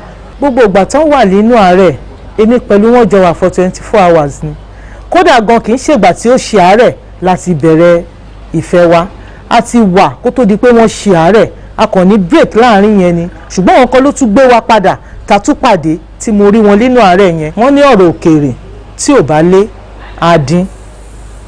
Ṣẹ́rí gbogbo tẹ́sì àyẹ̀wò tí wọ́n ṣe fún bàbá Sùwé ní hospital, kò sí traces of pé cocaine bẹ́ mọ́nú bẹ̀. Kódà gan tó ṣe l'Amẹ́ríkà, gbogbo ẹ̀ pátá ó wà lọ́wọ́ mi nínú ilé. Kò sí traces pé wọ́n sọ pé cocaine bẹ́ mọ́ nínú. Oríṣiríṣi náà la gbọ́, ṣùgbọ́n ta ló fẹ́ sọ nígbà tí wọ́n pè pé ẹ gbọ́ kí ló ṣẹlẹ̀ sí bàbá yìí. Kò sí nǹkan tó jọ pé cocaine bẹ́ mọ́nú o. Test go carry out. Kódà gan agbọ́pọ́n náà sọ pé àwọn ìjọba fún ní owó kan tọ́nikọ́ fún, wọn fún ní anything. A rí àwọn woman rights tí wọ́n pè mí láti Àbújá pé ká máa bọ̀ ní Àbújá pé àwọn máa fight owó yẹn jáde. Ṣùgbọ́n kí la fẹ́ ṣe nígbà tí ààrẹ ní support wa pé ká lọ síbẹ̀, àdẹ̀fẹ́ jẹ́ àfẹ́ṣẹ́ ìjọba kó má dàbí pé àwa la tún dá wàhálà alẹ̀. Kò sí nǹkan tó jọ ọ̀rọ̀ cocaine bẹ́ẹ̀ o, kò dẹ̀ sí nǹkan tó jọ pé ìjọba fún ní owó kankan nígbà yẹn. Ní ìgbà tí a ní ìdìrànlọ́wọ́ àwọn èèyàn náà ni aṣọ gbogbo wa. Yorùbá náà ló sọ pé ènìyàn láṣọ mi, ṣó ti yé. Àwọn èèyàn tí a rí ní àkókò yẹn, a rí ọ̀pọ̀lọpọ̀ èèyàn nídìí iṣẹ́ tíátà tí wọ́n dìde sí wa. Ṣùgbọ́n bí tá a ti bẹ̀rẹ̀ ìrìn àjò yẹn, òun ni ọ̀dọ̀ Kọ́lá Olóòtú. Ibẹ̀ láti kọ́kọ́ bẹ̀rẹ̀ ìrìn àjò yẹn. Bàdẹ̀ ṣe bẹ̀rẹ̀ ìrìn àjò yẹn bẹ́ẹ̀ Ọlọ́run fún wa ṣe, Ọlọ́run gbà fún wa kó tó di pé àwọn èèyàn wa náà nídìí iṣẹ́ orí ìtàgé wọ́n dìde lọ́tún lọ́sì láti ràn wá lọ́wọ́, láti pe àwọn èèyàn ńláńlá láti ràn wá ní ọwọ́. Àwọn bíi Báyọ̀wá, àwọn bíi Yomi Fábíyì, àwọn bíi Thompson Ẹlẹ́ṣọ́, ọ̀pọ̀lọpọ̀ èèyàn la rí ní àkókò yẹn tí wọ́n dúró tì wá. Àwọn bíi Latin, àwọn nígbẹ́ president Tampan, àwọn náà wá. Àwọn ọ̀gá Jídé Kòsọ́kọ́, ọ̀gá Bello, gbogbo wọn báyẹn Ṣókótí, every one of them ni wọ́n dìde láti gbé wa lọ sí LUT ní time yẹn. Wọ́n bá wa pe Minister of Health, tí Minister of Health sọ pé kí àwọn president wa kó máa gbé wọn lọ sí LUT ńgbà yẹn. Wọ́n dẹ̀ gbé wọn lọ sí LUT, wọ́n tọ́jú wọn, wọ́n rí ìtọ́jú lọ́wọ́. Gbogbo wọn náà dúró fún wa, ó tó kéèyàn dúpẹ́ lọ́wọ́ wọn. Ṣó ti yé. Èmi ní ìgbàgbọ́ pé àsìkò ọpẹ́ yẹn tó bá tó, gbogbo àná la máa dúpẹ́ lọ́wọ́ wọn. Mò ń fi àsìkò yìí mo fi ń dúpẹ́ lọ́wọ́ gbogbo àwọn tó dúró tì wá ní ìgbà yẹn, tó dúró tì bàbá Sùwé, tó dúró tì gẹ́gẹ́ bí èèyàn wípé àwọn rẹ́dì láti pé kí ẹ̀mí ẹ̀ má sọnù ní àsìkò yẹn. A dẹ̀ dúpẹ́ lọ́wọ́ Ọlọ́run pé nígbà tí wọ́n dìde ẹ̀mí ò sọnù, ṣùgbọ́n Ọlọ́run ló fún wa, Ọlọ́run náà ló gbà, kò sí agbára ta fẹ́ sà. Kí Ọlọ́run ọba kó bá wa tẹ̀sí afẹ́fẹ́ rere, kó bá wa ní iyẹ̀pẹ̀ burúkú kúrò lójú ẹ̀. Ihun tí wọ́n ń jẹ lájùlé ọ̀run, òun ni kó máa bá wọn jẹ. Torí ta bá ní má jẹ kòló, wọ́n á jẹ kinní kan. Tí ò bá sóúnjẹ mí nǹkan, gẹ́gẹ́ bí òwe tóun náà máa ń pa, gbogbo nǹkan bá ń jẹ lájùlé ọ̀run, òun ni kó máa jẹ. Kọ́lọ́run bá kó bá wa tẹ̀sí afẹ́fẹ́ rere. Ilé àti ọ̀nà tó fi sílẹ̀, Kọ́lọ́run bá wa dá wọn sí. Àwọn ọmọ ẹ̀, Kọ́lọ́run ṣe wọ́n ní ọ̀kan, kó fi wọ́n ṣe ọ̀rẹ́ ara wọn, kó fi wọ́n ṣe ọ̀rẹ́ ara wọn, kó má di pé ìgbà tí bàbá wọn lọ tán ni èdè àìyedè ń wà láàrin wọn. Kó bá wa ṣe wọ́n ní òṣùṣù ọwọ̀, kó bá wa ṣe wọ́n ní òṣùṣù ọwọ̀, kó dá wọn sí tọmọtọmọ wọn. Kọ́lọ́run bá wa dúró tì wọ́n. Iléeṣẹ́ Wisdom, ètò tẹ́ gbé kalẹ̀, yára pé ètò tó ṣe àwọn òṣèré ní àǹfààní ni. adúpẹ́ lọ́wọ́ yín o iléeṣẹ́ Wisdom iléeṣẹ́ yín ò ní jóná gbogbo ìdáwọ́lé yín tẹ́ fi gbé iléeṣẹ́ náà sókè á túbọ̀ máa gbèrú sí Ọlọ́run á bá wa dúró tì yín o Wisdom o.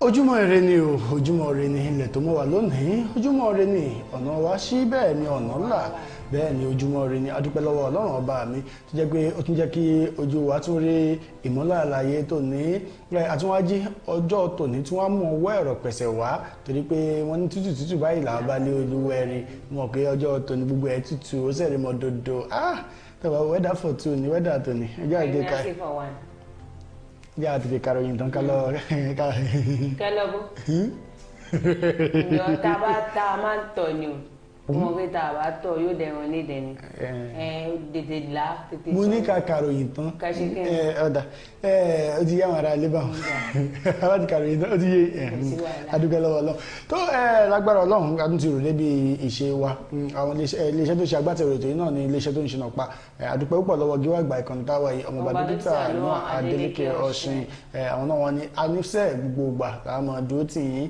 àní fi yín lẹ̀ àdúpẹ́ lọ́wọ́ bàbá yìí iwájú tọ́pọ̀ ẹ̀bìtì rí sí iwájú náà ni ẹ máa lọ agbára Ọlọ́run tó ọdún àyọ̀hẹ́yà let's go there. tó àwọn ìjọba àpapọ̀ àti àwọn ìjọba ìpínlẹ̀ ó fẹ́ dàbẹ̀ ni pé ọ̀rẹ́ ti fẹ́ máa di họ́wùhọ́wù gómìnà sómi òtó láàrin ọba ìnẹ́tẹ̀. àdúrà wa náà. àdúrà wa náà. àwọn gómìnà mẹ́rìndínlógójì ní ìjọba àpapọ̀ ti gbé lọ ilé ẹjọ́ báyìí lórí pé òmìnira ìjọba ìbílẹ̀ ní ìjọ ṣe lọ tàbádé. arákùnrin kan rèé o Ayọ̀bámi wọn ń porúkọ ẹ̀ wọn babaláwo tó ń ṣoògùn àwúrè fún òun ló lọ jà lólé ẹ̀rí tó láyà pọ̀. ṣe àfẹ́rí fáyán ọdún sáré náà kò fẹ́ yẹ ẹ wò pé tested and trusted ní ọlákọ̀ọ́kọ́ ṣe. wọ́n ní oríṣi àrùn tó lágbára tí ìbínú lè dá sí inú àgọ́ ara èèyàn. àjọ EFCC tún ti mú àwọn eléyìí òkúta ni wọ́n wà lọ́nà àìtọ́ ńìlọrin. àwọn agbébọn IPOB yìnbọn pa sójà méjì láyàájọ́ àwọn akọni Biafra ní Aba. ọlọ́pàá dèrò àtìmọ́lé lẹ́kìtì èèyàn méjì ló yìnbọn pa. wọ́n ní kí ni North Korea àti South Korea dì sínú bọ́ọ̀lù ńlá fi ránṣẹ́ sí ara wọn. Ọlásùnkànmí àtọ̀rẹ́ rẹ̀ dèrò ẹ̀wọ̀n ilé epo ni wọ́n lù ní jìbìtì mílíọ̀nù rẹpẹtẹ lẹ́kìtì. èyí tí mo fi káàdé ló ni mo lè gbà kí ìyàwó mi yan àlè níta kó ṣáà má ti kúrò ní ilé mi Gàjí onítíátà. ọkùnṣẹ́ tó ọdún Ayọ̀mọ́ Adélérè gbogbo àwọn eléyìí ní kọ̀ọ̀kan ìjèjì ni a máa mú wá títí gbọ̀yìn Ọpẹ́yẹmí Oyinwọlá ló kọ tèmi àti ọdún ayọ̀ lórúkọ mi Adélérè lórúkọ bàbá tó bí mi lọ. ẹ tún gbádùn àbí kà sí nǹkan ní ọjọ́ tòní abújọ ẹ̀rọ àti òkè náà à ń bọ̀ àti ìdè. Sweetheart.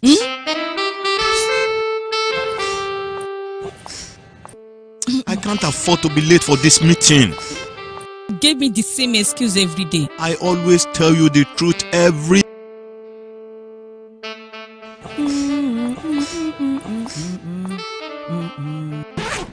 You know I will never disappoint you.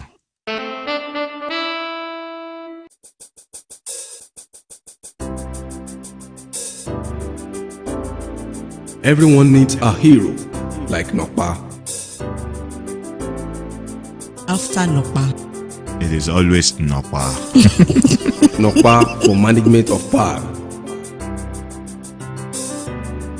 ẹ káàbọ̀ padà láti ẹ̀ka ìpolówó ọjà wa ọdún Ayọ̀bá ń ṣe pápápá. tó wọ́n ní gómìnà mẹ́rìndínlógójì níjọba àpapọ̀ ti gbére ilé ẹjọ́ báyìí ní ìgbẹ́jọ́ wọn ṣe lọ. wọ́n ní àwọn gómìnà mẹ́rìndínlógójì ní ilé ẹjọ́ gíga lórílẹ̀‐èdè Nàìjíríà ti pè láti wá wí tẹnu wọn lórí ẹjọ́ tí ìjọba àpapọ̀ pè wọ́n lórí òmìnira ìjọba ìbílẹ̀. àwọn ìjọba àpapọ̀ ń béèrè fún òmìnira ìjọba ìbílẹ̀ 774 lórílẹ̀‐èdè Nàìjíríà. wọ́n á ní adájọ́ Gabriel Ṣeun ló léwájú ìgbìmọ̀ ẹlẹ́ni méje tó gbé ìdájọ́ náà kalẹ̀ yẹn ní àná 30 oṣù karùn-ún ọdún tí a wà ní inú rẹ̀ yìí. adájọ́ àwọn kan tó wá kọ̀ wọ́n yọjú sí ilé ẹjọ́ ọ̀hún nígbà tí ìgbẹ́jọ́ ọ̀hún wáyé. àwọn bíi Borno, Kano, Kogi, Niger, Ogun, Ọ̀ṣun, Ọ̀yọ́ àti Sokoto. ó ti wá pa aláṣẹ pé kí wọ́n fi ẹ̀sùn míì kan àwọn ìpínlẹ̀ mẹ́jẹ̀ẹ̀jọ ọ̀hún yàtọ̀ sí èyí tó wà nílẹ̀ pé àìfinipéni àìfihàn tí máa kó sábà ń tẹ́wọ̀lù. wọ́n ní ìjọba àpapọ̀ lábẹ́ ìdarí mínísítà fún ètò ìdájọ́ Lateef Fagbemi òun ló pe ẹjọ́ náà torí pé àwọn ìjọba ìbílẹ̀ ta owó tí ẹ fi ránṣẹ́ sí wa wọn ò fún wa ìdọ́dọ̀ wa òun ló jẹ́ dàbẹ́ ni pé tẹ́ ẹ bá dá àwọn agbègbè kan láàrin ìlú kò àwọn àṣìṣe kan ìjọba ìbílẹ̀ ló sì súnmọ́ àwọn aráàlú jù òun ló súnmọ́ nǹkan tó bá ṣe òun ló máa ròyìn bí ẹni tó jẹ́ gómìnà bó ṣe ṣiṣẹ́ sí ìwọ́n wà tí wọ́n kọ̀ tán fún ìjọba wọn tó á ní nígbà tí wọ́n bá san owó ìdánpè ní allocation yóò máa wọnú àpò ìjọba ìbílẹ̀ tààrà wọn ní dàbí bó ṣe ẹ̀kọ́ rẹ̀ intermediary láàrin wọn kan tí wọ́n sọ ni. bó ṣe ẹ̀kọ́ rẹ̀ nù tó adúpẹ́ lọ́wọ́ lọ́wọ́ Ayọ̀bámi wọ́n ní tó Ayọ̀bámi mọ̀ láyà o babaláwo tó ń ṣoògùn àwúre fún òun ló tún lọ́jà lólè o ẹ̀rí nǹkan ọwọ́ àjọ civil defence nípínlẹ̀ Ọ̀ṣun ó ti tẹ ọmọkùnrin bíríkìlà kan Ayọ̀bámi Adédàpọ̀ lórí ẹ̀sùn olè jíjà Ayọ̀bámi ẹni tí ó ń gbé ní ojúlé 13 lágbègbè ọjà ọba nílùú Òṣogbo ni wọ́n fi ẹ̀sùn kàn pé ó jí tẹlifíṣàn ìkòkò ìṣebẹ̀ 10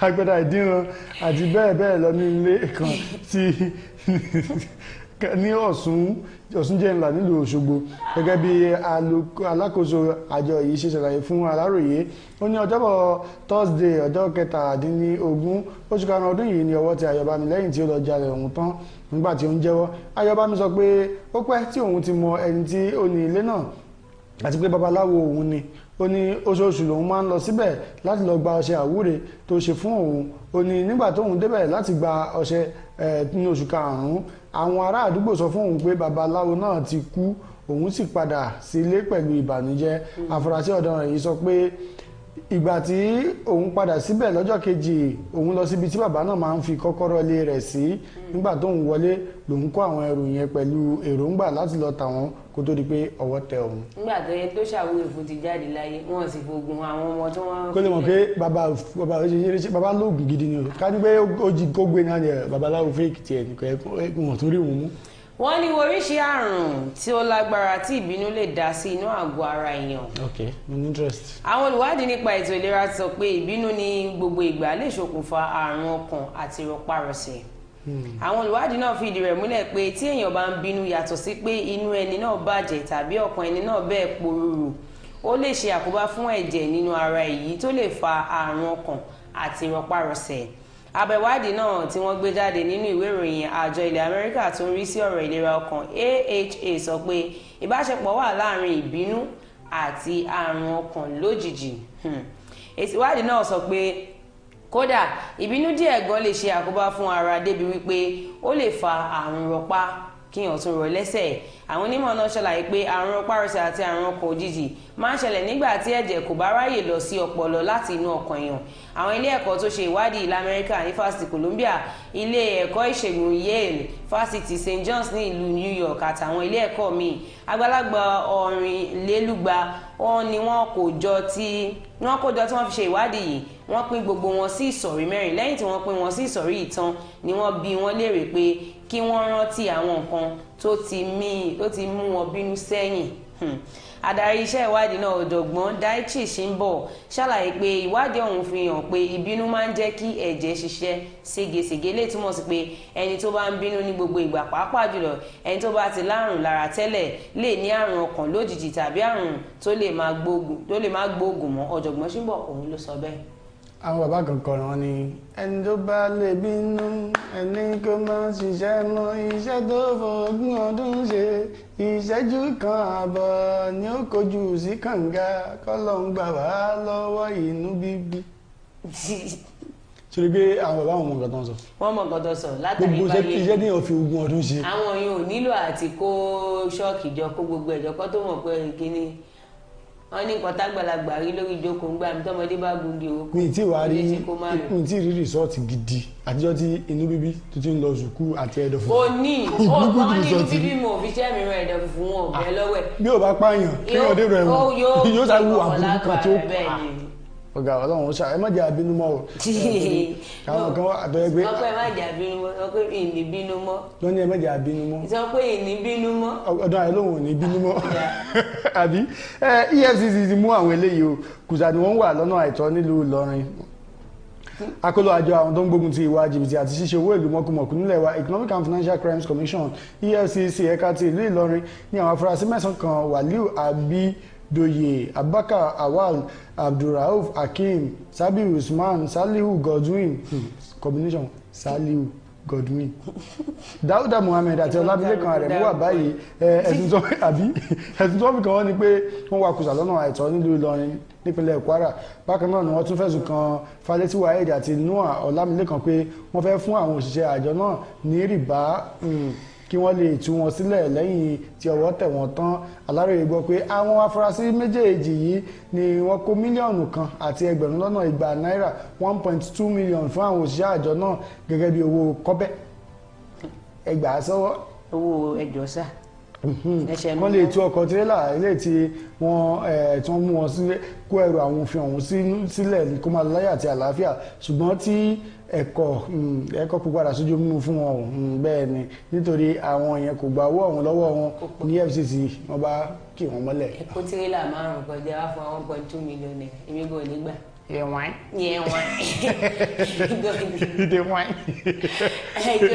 Nígbà tó sọ pé combination kìíní kan àti ìlọ mo sọ pé ìbọ́nìkálukú ọ̀darúkọ ẹni lẹ́yìn tó wọ́n pé tó bá jáde mẹ́ ṣé tó bá ní kìíní kan tó lọ ṣẹ́ẹ̀ṣì orúkọ ẹ̀ lórí dáadáa pé orúkọ ẹ̀ ti dàbẹ̀ pé ó wà nínú orúkọ ọ̀daràn ṣé wọ́n fún níṣẹ́ tó fẹ́ fún kò ṣeé ṣe ó ti di dandan. Wọ́n ní àwọn agbébọn IPOB yìnbọn pa sójà méjì láyàjọ́ àwọn akọni Biafra ní Aba ó tó di pa àwọn mímọ̀ọ́ka èyí tó wà nínú ọ̀rọ̀ kìíní o. Ó ṣe pàtàkì kádẹ́ka ìpolówó ọjà wa náà nígbà tá a bá dé padà a máa tẹ̀ wá ju bí abẹ́tì rẹ̀ yìí. Àmójú ẹ̀rọ wa bá a gbé kìíní òkè. À ń bọ̀ àti dé.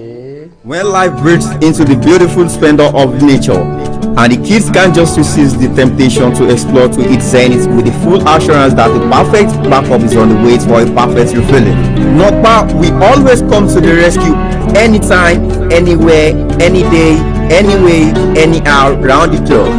The family just can't get a better companion aside Nokpa. Nokpa Abba Mixture, the family's best bet. With Nokpa, healthy living is guaranteed for me and my family. Nokpa for management of power. Láti ẹ̀ka ìpolówó ọjà wa ó dàgbé. Èmi ni ẹni bá lọ ló bá dé àbá ẹni bá lọ ló bá kú.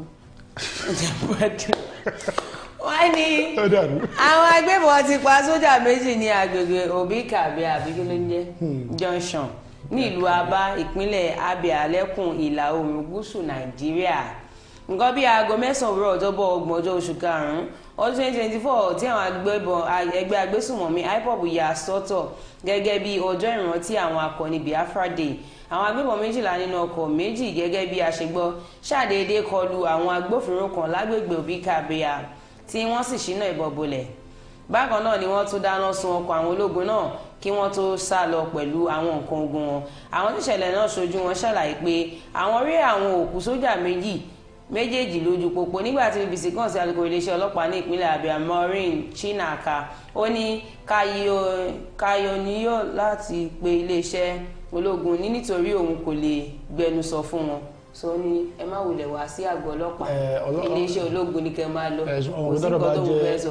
Tọ́rọ̀ bá jọ̀rọ̀ aráàlú gẹ́gẹ́ bí oníròyìn àgọ́ ọlọ́pàá lè yàn ó lọ ṣùgbọ́n bọ́rọ̀ ṣe rí ó ti di pé àwọn ológun ni wọ́n pa àwọn ológun ló lè ṣùgbọ́n ló àkó yìí oníròyìn tí ó bá lọ báríkè sójà lọ bèrè ìwé lọ bèrè ó jẹ́ gbọ́dọ̀ ní ọpọlọ kó mọ́ bá jẹ̀yà ẹ̀ṣẹ̀ tí ó ṣe àbí tó tó bá ṣe tán ẹ̀mọ́ ìbínú náà ni ó padà parí. Ọlọ́pàá dèrò àtìmọ́lé lẹ́kìtì èèyàn méjì ló yìnbọn pa ò inú rẹ̀ bá dùn. Ìjayà àti jìnnìjìnnì ló bo gbogbo àwọn èèyàn Omisanjà náà nílùú Adó Èkìtì lálẹ́ ọjọ́rú Wednesday ọjọ́ 29 oṣù karùn-ún ọdún yìí pẹ̀lú bí ọlọ́pàá kan ṣe ṣàdédé fa ìbọn yọ tó sì pa èèyàn méjì ní dédé agogo 10 alẹ́ níwájú ilé epo kan ní àdúgbò náà. Ọlọ́pàá tó ṣiṣẹ́ burúkú ọ̀hún ni wọ́n ní ó ń ṣiṣẹ́ pẹ̀lú àwọn ọlọ́pàá ayárabíàṣá yẹn Rapid Response Squad RSS lélẹ̀ Rapid Response kì í ṣe RRS ogunṣe àdúgbò gẹ́gẹ́ bí àwọn tíṣẹ̀lẹ̀ ohun sojú wọn bọ́n ṣe ṣàlàyé wọ́n ní awakọ̀ kan tó wakọ̀ Lexus ló mu ọtí yó tó sì fi lọ kọlu ọmọ yahoo kan ní àdúgbò náà. Ní kété tí ìṣẹ̀lẹ̀ náà ṣẹlẹ̀ ní àwọn ọmọ yahoo ẹgbẹ́ rẹ̀ yòókù wọ́n rọ́ jáde tí wọ́n sì fẹ́ dáná sun ọkọ̀ náà. Eléyìí ló fà á tí dẹ́rẹ́bà yìí tí ẹ̀rù ń bà fi pé àwọn ọlọ́pàá ẹ̀ka RS yìí pé kí wọ́n máa bọ̀ ní àdúgbò náà. ní kété tí àwọn ọmọ ìyàwó wọn fojú gan ni àwọn ọlọ́pàá yìí ní inú bí wọn tí àwọn ọ̀dọ́ àdúgbò náà sì darapọ̀ mọ́ àwọn ọmọ ìyàwó wọ̀nyí. ọ̀rọ̀ yìí ló padà já sí awuyewuye láàrin àwọn ọlọ́pàá àtàwọn ọmọ ìyàwó wọ̀nyí lẹ́yìn tí àwọn ọ̀dọ́ àdúgbò náà tí wọ́n kò dín ní 50 darapọ̀ mọ́ wọn. àwọn ọlọ́pàá wọ̀nyí ni wọ́n wá gbìyànjú láti mú awakọ̀ yìí jáde kúrò ní àdúgbò náà àti láti lè dá àwọn ọkọ̀ wọ̀nyí lẹ́kùn àwọn ọ̀dọ́ wọ̀nyí lẹ́kùn kí wọ́n má bàa ṣe iṣẹ́ ibi tán fẹ́ ṣe. bàbá fà wọn kí takotako kò mọ mọ ìmọ̀ bàbá bá méjì àwọn méjèèjì bá gbèkú jẹ lọ́wọ́ ìbọra. sórí ìgbà mi. ìjọba bẹ̀rù kí ni wọ́n á sọ fún wọ́n ní ìgbà mi orí bíbẹ́ kọ́ lóògùn orí fífọ́ bí òkun bá wo òwúṣà máa wà rúté pó òrùn lókun bá wúwá yìí àkọ́kọ́ sílẹ̀ àjò kàńdà ká tó bomi o. sórí kọ́lọ́hún ṣàánú fún mi sórí ọ̀rọ̀ kan wà tí wọ́n ń wò pé ọ̀rọ̀ yìí ní agbá pọ̀ tó bá ní ẹ̀káńtà pẹ̀lú ọmọ yahoo àwọn kò wọ́n ń ṣe ọmọlúwàbí. tẹ́lẹ̀ nǹkan. wọ́n ń ṣe ọmọlúwàbí rárá kálá àwọn náà ń pààyàn ju àwọn náà fọkọ̀ kọlu yanjú o èèyàn wá sí ìsìnkú ọlọ́kọ̀ tí ní. nǹkan tó ṣe kí sọkàn wọn ó kọlu tí ní lórí ọ̀kadà báyìí. nǹkan tó ṣẹlẹ̀ pé kátẹ̀ gbàgbé pé ọmọ yahoo àbí kò ṣe ọmọ yahoo orílẹ̀-èdè nàìjíríà láti rí pé tí nǹkan bá ṣẹlẹ̀ instant judgement la máa ń wá ìgbà tí ò sí jọba ìgbà tí ò sí jọba ìgbà téèyàn kọlu èèyàn wo nǹkan tó ṣẹlẹ̀ kí ló ṣẹlẹ̀ mọ ibi tó ti ń jábọ̀ ó ṣeé ṣe kó jẹ́ pé sọ̀jánu ẹ̀nà àbí ó tẹ̀ ṣeé ṣe kó jẹ́ pé ń tọ́kọ̀ ló jẹ̀bi. ṣùgbọ́n lórílẹ̀‐èdè nàìjíríà mo ti àtọjọ́ ọmọ ìyàwó àtọjẹ́ responsible person tó o bá ti fi lè kọlu èèyàn báyìí tó o ti fi lè rọ́nà lọ owó one chance tó o bá dáná sun ó ti di dandan kán lu ẹbí ẹni fẹ́ẹ̀ kú lórílẹ̀‐èdè nàìjíríà tí èyí tí ó sì yẹ kó rí bẹ́ẹ̀ rárá. wọ́n ní kí ni North Korea àti South Korea dì sínú bọ́ọ̀lù ńlá fi ránṣẹ́ sí ara wọn ìlú méjì tó ń jọ ní kinní kan náà tí wọ́n ṣe jọ fẹ́. North Korea. wọ́n ní North Korea ti fi ogunlọ́gọ̀ fèrè tí wọ́n kó ìdọ̀tí sí inú rẹ̀ ránṣẹ́ sí orílẹ̀-èdè South Korea èyí tó ń ṣe ìrántí ogun tó wáyé láàrin orílẹ̀-èdè méjèèjì èyí tó ti wà fún 60 ọdún báyìí ó lé ní 200 fèrè tí wọ́n so ọ̀rá mọ́ nídìí tó jẹ́ pé ìdọ̀tí ló kúnnú púpọ̀ ni wọ́n ṣàwárí ní orílẹ̀-èdè South Korea lọ́jọ́ ìṣẹ́gun èyí tí ó lè jẹ́ kí àwọn aláṣẹ ṣe ìkọlù fún ará ìlú pé kí wọ́n dúró sí inú ilé wọn. orílẹ̀-èdè North Korea ṣe ìkìlọ̀ ní ọjọ́ díẹ̀ sẹ́yìn pé àwọn yóò fi àwọn fèrè ìdọ̀tí ìránṣẹ́ láti fi gba ẹ̀san ohun tí iléeṣẹ́ South Korea fi ránṣẹ́ sí wọn. àwọn ìwé ogun tí wọ́n pè ní pírà ní Korea ni àwọn orílẹ̀-èdè méjèèjì fi sínú fèrè ránṣẹ́ sí ara wọn lásìkò ogun ọdún 1950. ìgbésẹ̀ yìí ló bẹ̀rẹ̀ nígbà tí ogun kọ́kọ́ bẹ̀rẹ̀ tí iléeṣẹ́ ológun àjọ àgbáyé United Nations sì ń ju àwọn ìwé ogun yìí sí òrùlé àríwá láti lè gba ẹ̀san North Korea náà fi àwọn ìwé ogun náà ránṣẹ́ padà sí àjọ àgbáyé nígbà tó máa fi di ọjọ́ 27 oṣù keje ọdún 1953 àpapọ̀ iye ìwé ogun tí wọ́n fi ránṣẹ́ ti jẹ́ bílíọ̀nù 7.2 billion. 2.8 billion 2.8 àwọn ìwé ogun yìí tó jẹ́ pé orílẹ̀-èdè South Korea àti àjọ àgbáyé ti fi ránṣẹ́ tí North Korea àti Soviet Union sì fi 300 mílíọ̀nù ránṣẹ́ torí àwọn ìlú méjì yìí. èmi ò mọ reason ọdún exist kàn tiẹ̀ para wọn kíkà bá tiẹ̀ lọ káwọn kún wọn exist mọ́ èwo ni ọmọ ìyá òòsà tó ń ṣe gan. orí ìgbà bíi ó máa gbọ́ South Korea North Korea láti 1950 ṣé kò yẹ kó ti sú wọn ni. ìṣó tiẹ̀ rí àwọn South Korea ó tiẹ̀ sì lè lọ South Korea bó ṣe wẹ̀ North Korea ló gbọ́dọ̀ sàn orí bẹ́ẹ̀ ló ń dánkú báyìí. kélé ó gbé ọ nígbà bàbá ṣàìsàn gbà mo mọ̀ pé àdúrà gbogbo àwọn ọmọ olóòrùn bàbá tí lèèyàn bá jóná tí fọ́tò ẹ̀ bá ẹ̀ jóná mọ́lé ẹ̀ gbogbo yín lẹ́ lọ ẹ̀wọ̀n gbére ni àbí wọ́n tiẹ̀ ní wọ́n yìnbọn pa gbogbo mọ̀lẹ́bí tiẹ̀ ni. Ọlásùnkànmí àtọ̀rẹ́ rẹ̀ dèrò ẹ̀wọ̀n ilé epo ni wọ́n lù ní jìbìtì mílíọ̀nù rẹpẹtẹ lẹ́kìtì àwọn èèyàn Èkìtì yìí ṣá Èkìtì ní já wọ́n ti ṣe èyí sí Èkìtì kété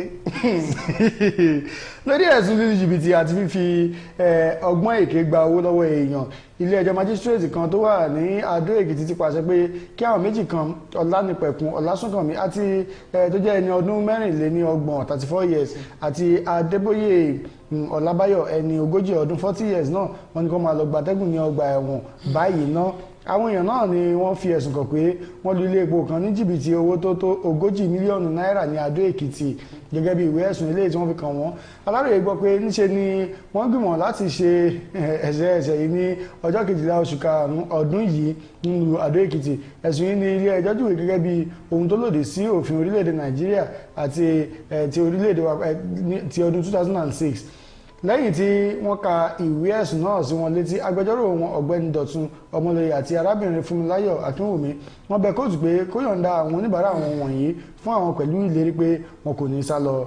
ṣùgbọ́n àrẹwà àti agbèfọ́ba ọ̀gbẹ́ni Òjó Òṣùbù ó rọ kóòtù ní tiẹ̀ ní pé kí adájọ́ pàṣẹ pé kí wọ́n máa kó àwọn ọ̀daràn náà lọ sí ọgbà ẹ̀wọ̀n títí tí àwọn yóò fi gba ìmọ̀ràn lọ́wọ́ ẹ̀ka tí ó máa ń gba ilé ẹjọ́ nímọ̀ràn nígbà tí ó ń gbé ìdájọ́ rẹ̀ kalẹ̀. onídàájọ́ A.O. Owólẹ́ṣọ̀ pàṣẹ pé kí àwọn ọ̀daràn náà máa lọ gbatẹ́gùn lọ́gbà ẹ̀wọ̀n fún 30 ọjọ́ gbáko títí tí ìmọ̀ràn yóò fi jáde láti ọ̀dọ̀ ìjọba. lẹ́yìn èyí ló sún ìgbẹ́jọ́ sí ọjọ́ 28 oṣù kẹfà ọdún 2024. ẹ bá délé ẹ kílé. wọ́n ti lọ bá ti kọ̀wé rẹ̀. bẹ́ẹ̀ dé ọ̀nà kẹ́kọ̀ọ́. ṣùgbọ́n máa ń wo kinní kan ọdún ayọ̀ adájọ́ tó bá jẹ́ aráàlú ló ń ṣègbè, agbẹjọ́rò tó máa ń ṣègbè fún aráàlú, ẹ̀bẹ̀ tó bá bẹ̀ kò ń sábà ń fìdí múlẹ̀ bí eléyìí tí ó jẹ́ ẹni tó ń gbè fún ìjọba. ìwọ náà gbọ́ wọn bá fún wèrè lọ́kàn bo ní òròpó sí. ọ̀dọ̀ adájọ́ tó jókòó tó fẹ́ yàjọ jákúta ló jíjẹ́ fún. ìjọba. yọ̀ọ́ ṣe ẹ̀kíní méjì àgbọ̀dọ̀ máa jara wọn yàn bí. òdúdú àti fún ìjà wọn. àwọn nǹkan wà tí yòó ké má yá díẹ̀ wò yín ẹ̀ wọ́n. wọ́n ní mo lè gba kí ìyàwó mi yan àlè níta kó ṣáà máa ti kúrò ní ilé mi. Gàjí onítíátà. wọ́n ní ọ̀pọ̀ èèyàn ní ọ̀rọ̀ tí gbajúmọ̀ ọkùnrin onítíátà Níṣọlá Ọláìbí táwọn èèyàn mọ̀ sí Gàjí sọ ó ṣe ń kàyéfì, bẹ́ẹ̀ làwọn míì tún gbóríyìn fún. Gàjí tó máa ń kópa aláwàdà nínú eré tíátà Yorùbá sọ pé òun kò bínú ibi ìyàwó òun bá yan àlè níta, ó ní kó ṣáà máa ti kúrò ní ilé òun ní kókó. Gàjí fi kún pé kò sí ọkùnrin tó pé kò sóbìnrin tó dára tán, ó ní kálukú ń gba ara wọn. bẹ́ẹ̀ ni ọkùnrin náà sọ pé bí a kò bá lè mọ wà fún oníwà kí kálukú máa bá tiẹ̀ lọ. lórí ètò orí ayélujára kan tí Bíọ́lá Adébáyọ̀ tóun náà jóṣèré tíátà máa ń ṣe ní Gàjí ti ṣàlàyé lórí ìgbéyàwó rẹ̀ tó dàrú. ní gbogbo ilé tí èmi pẹ̀lú ìyàwó mi ìyá Ẹniọlá gbé, àwọn èèyàn kì í gbàgbọ́ pé tọkọtaya ni wá, wọ́n máa ń rò pé àbúrò mi ni èmi tí mo wà lẹ́kọ̀ọ́ tí ìyàwó mi wà lábẹ́òkúta. ṣé ẹ rí i pé ìfẹ́ fọ́jú.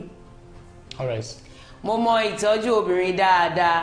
bí mo bá tiẹ̀ lọ ṣiṣẹ́ láwọn ìpínlẹ̀ míì, mo máa rí dájú pé mo lè pé tó 97 times lójúmọ́. kí ló dé?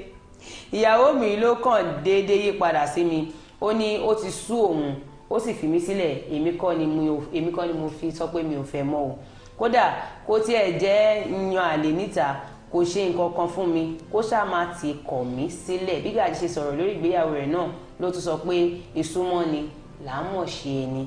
òṣèré sọ pé kò sẹ́ni tó lè mọ̀ bóyá òun burú tàbí pé èèyàn dáadáa lòun nígbà tóun kò bá wo ìwà ìdá sí wọn. nǹkan tó ń tọ́ àìsàn bẹ́ẹ̀ ni pé òun ò ní kó má yàn lè, ṣùgbọ́n kó láti má ti kúrò nílé wọn. kó ṣáà wà ń bẹ̀ kóun kọ́ àwọn èèyàn lè mọ̀ kóun níyàwó ilé. ìtọ́jú bá pọ̀yàn ìyàn lè ṣe àwọn nǹkan tí ẹ̀ kíyàn ṣe o. àìrọ́mọ bí àgàn ni mo dábàá àbíkú o. tó ju kí tiẹ̀ ní láàárọ̀. kóun sájà ìbímọ ẹyọ kan kóun náà sábì kan kí kó sì kú padà jọ òun. wọ́n lè wà mọ̀ pé kì í ṣe àgbà. ó ga o. àwọn kókó tá a mẹ́nubà bí a mẹ́nubà ká ló mọ̀. tó wọ́n ní gómìnà 36 ní ìjọba àpapọ̀ ti gbére ilé ẹjọ́ lórí òmìnira ìjọba ìbílẹ̀. Ayọ̀ Bámímọ̀ láyà babaláwo tó ń ṣoògùn àwúre fún òun ló tún lọ jà lólè o. oríṣi àrùn tó lágbára tí ìbínú lè dá sí inú àgọ́ ara èèyàn. EFCC ti mú àwọn eléyìí kùsà ni wọ́n wà lọ́nà àìtọ́ nílùú Ìlọrin. àwọn agbébọn IPOB yìnbọn pa sójà méjì láyàjọ́ àwọn akọni Biafra ní Aba. ọlọ́pàá dèrò àtìmọ́lé lẹ́kìtì èèyàn méjì ló yìnbọn pa o. kí North Korea South Korea dì sí inú bọ́ọ̀lù ńlá fi ránṣẹ́ sí ara wọn. Ọlásùnkànmí àti ọ̀rẹ́ rẹ̀ dèrò ẹ̀wọ̀n ilé epo ni wọ́n lù ní jìbìtì mílíọ̀nù rẹpẹtẹ lẹ́kìtì. mo lè gbà kí ìyàwó mi yan àlè níta kó sáà má ti kúrò ní ilé mi. Gàjí onítíátà. ibi tí àgbẹ̀ ń pèrè tìmọ̀ fún ti àkókò yìí nù ọdúpẹ́ lọ́wọ́ níyàn adúpẹ́ lọ́wọ́ ọlọ́bẹ̀ ìgbìmọ̀ ẹ̀jẹ̀ bá fẹ́ jẹ́ ẹ̀kọ́ ìbínú gíwá àgbà ìkànnì táwa yìí ọmọọba dókítà Noah Adélékè Ọ̀sìn adúpẹ́ lọ́wọ́ yìí náà gbogbo àtẹ̀fíndótì àmọ́ ìrírí yìí o lágbára Ọlọ́run lágbára làwúrà bí ó tún di ọjọ́ ajé ká tó tún pàdé lórí àkọ́tún ètò yìí ẹ kú Jímọ̀ olóyin mọ́mọ́ Jímọ̀ eléyìí ó tù wá àti ìdí ẹ̀ ti tù wá lára already. bàbá lẹ́yìn tẹ̀ tí mọ orin ògo orílẹ̀-èdè Nàìjíríà tuntun ẹ̀ ti lọ máa kọ. torí tó bá ti di láìpẹ́ afẹ́yàn gẹ́gẹ́ bí mínísítà tí ó mọ̀ rí sí ọ̀rọ̀ orin orílẹ̀-èdè Nàìjíríà tá bá ti yàn tán ẹni tí ò bá ti kí ni punishment wọn. ó dìgbà wọn tá a bá débi afárá àwọn àmàdà kọjá. ọ̀dà tí a bá dábò bá ti ìjà. dọ́rẹ̀ mi sọ pé tá a bá débẹ̀ àmọ̀ bá ṣe kọjá. ọ̀dà àdúgbò lọ́wọ́ Ọlọ́run tó Ọpẹ́yẹmí Oyinwọlá ló ń dágbére lórí ètò pé àfẹ́rẹ́ ìpàdé tó bá di ọjọ́ ajé àti ẹnì kejì mi tàjọ mọ́ wá sí etí ìgbọ́ yín. ọdún ayọ̀mọ̀ bàbá délérè ló ń dágbére fún yín pé ó tún dìgbà mìíràn. ire o ire gbangba ó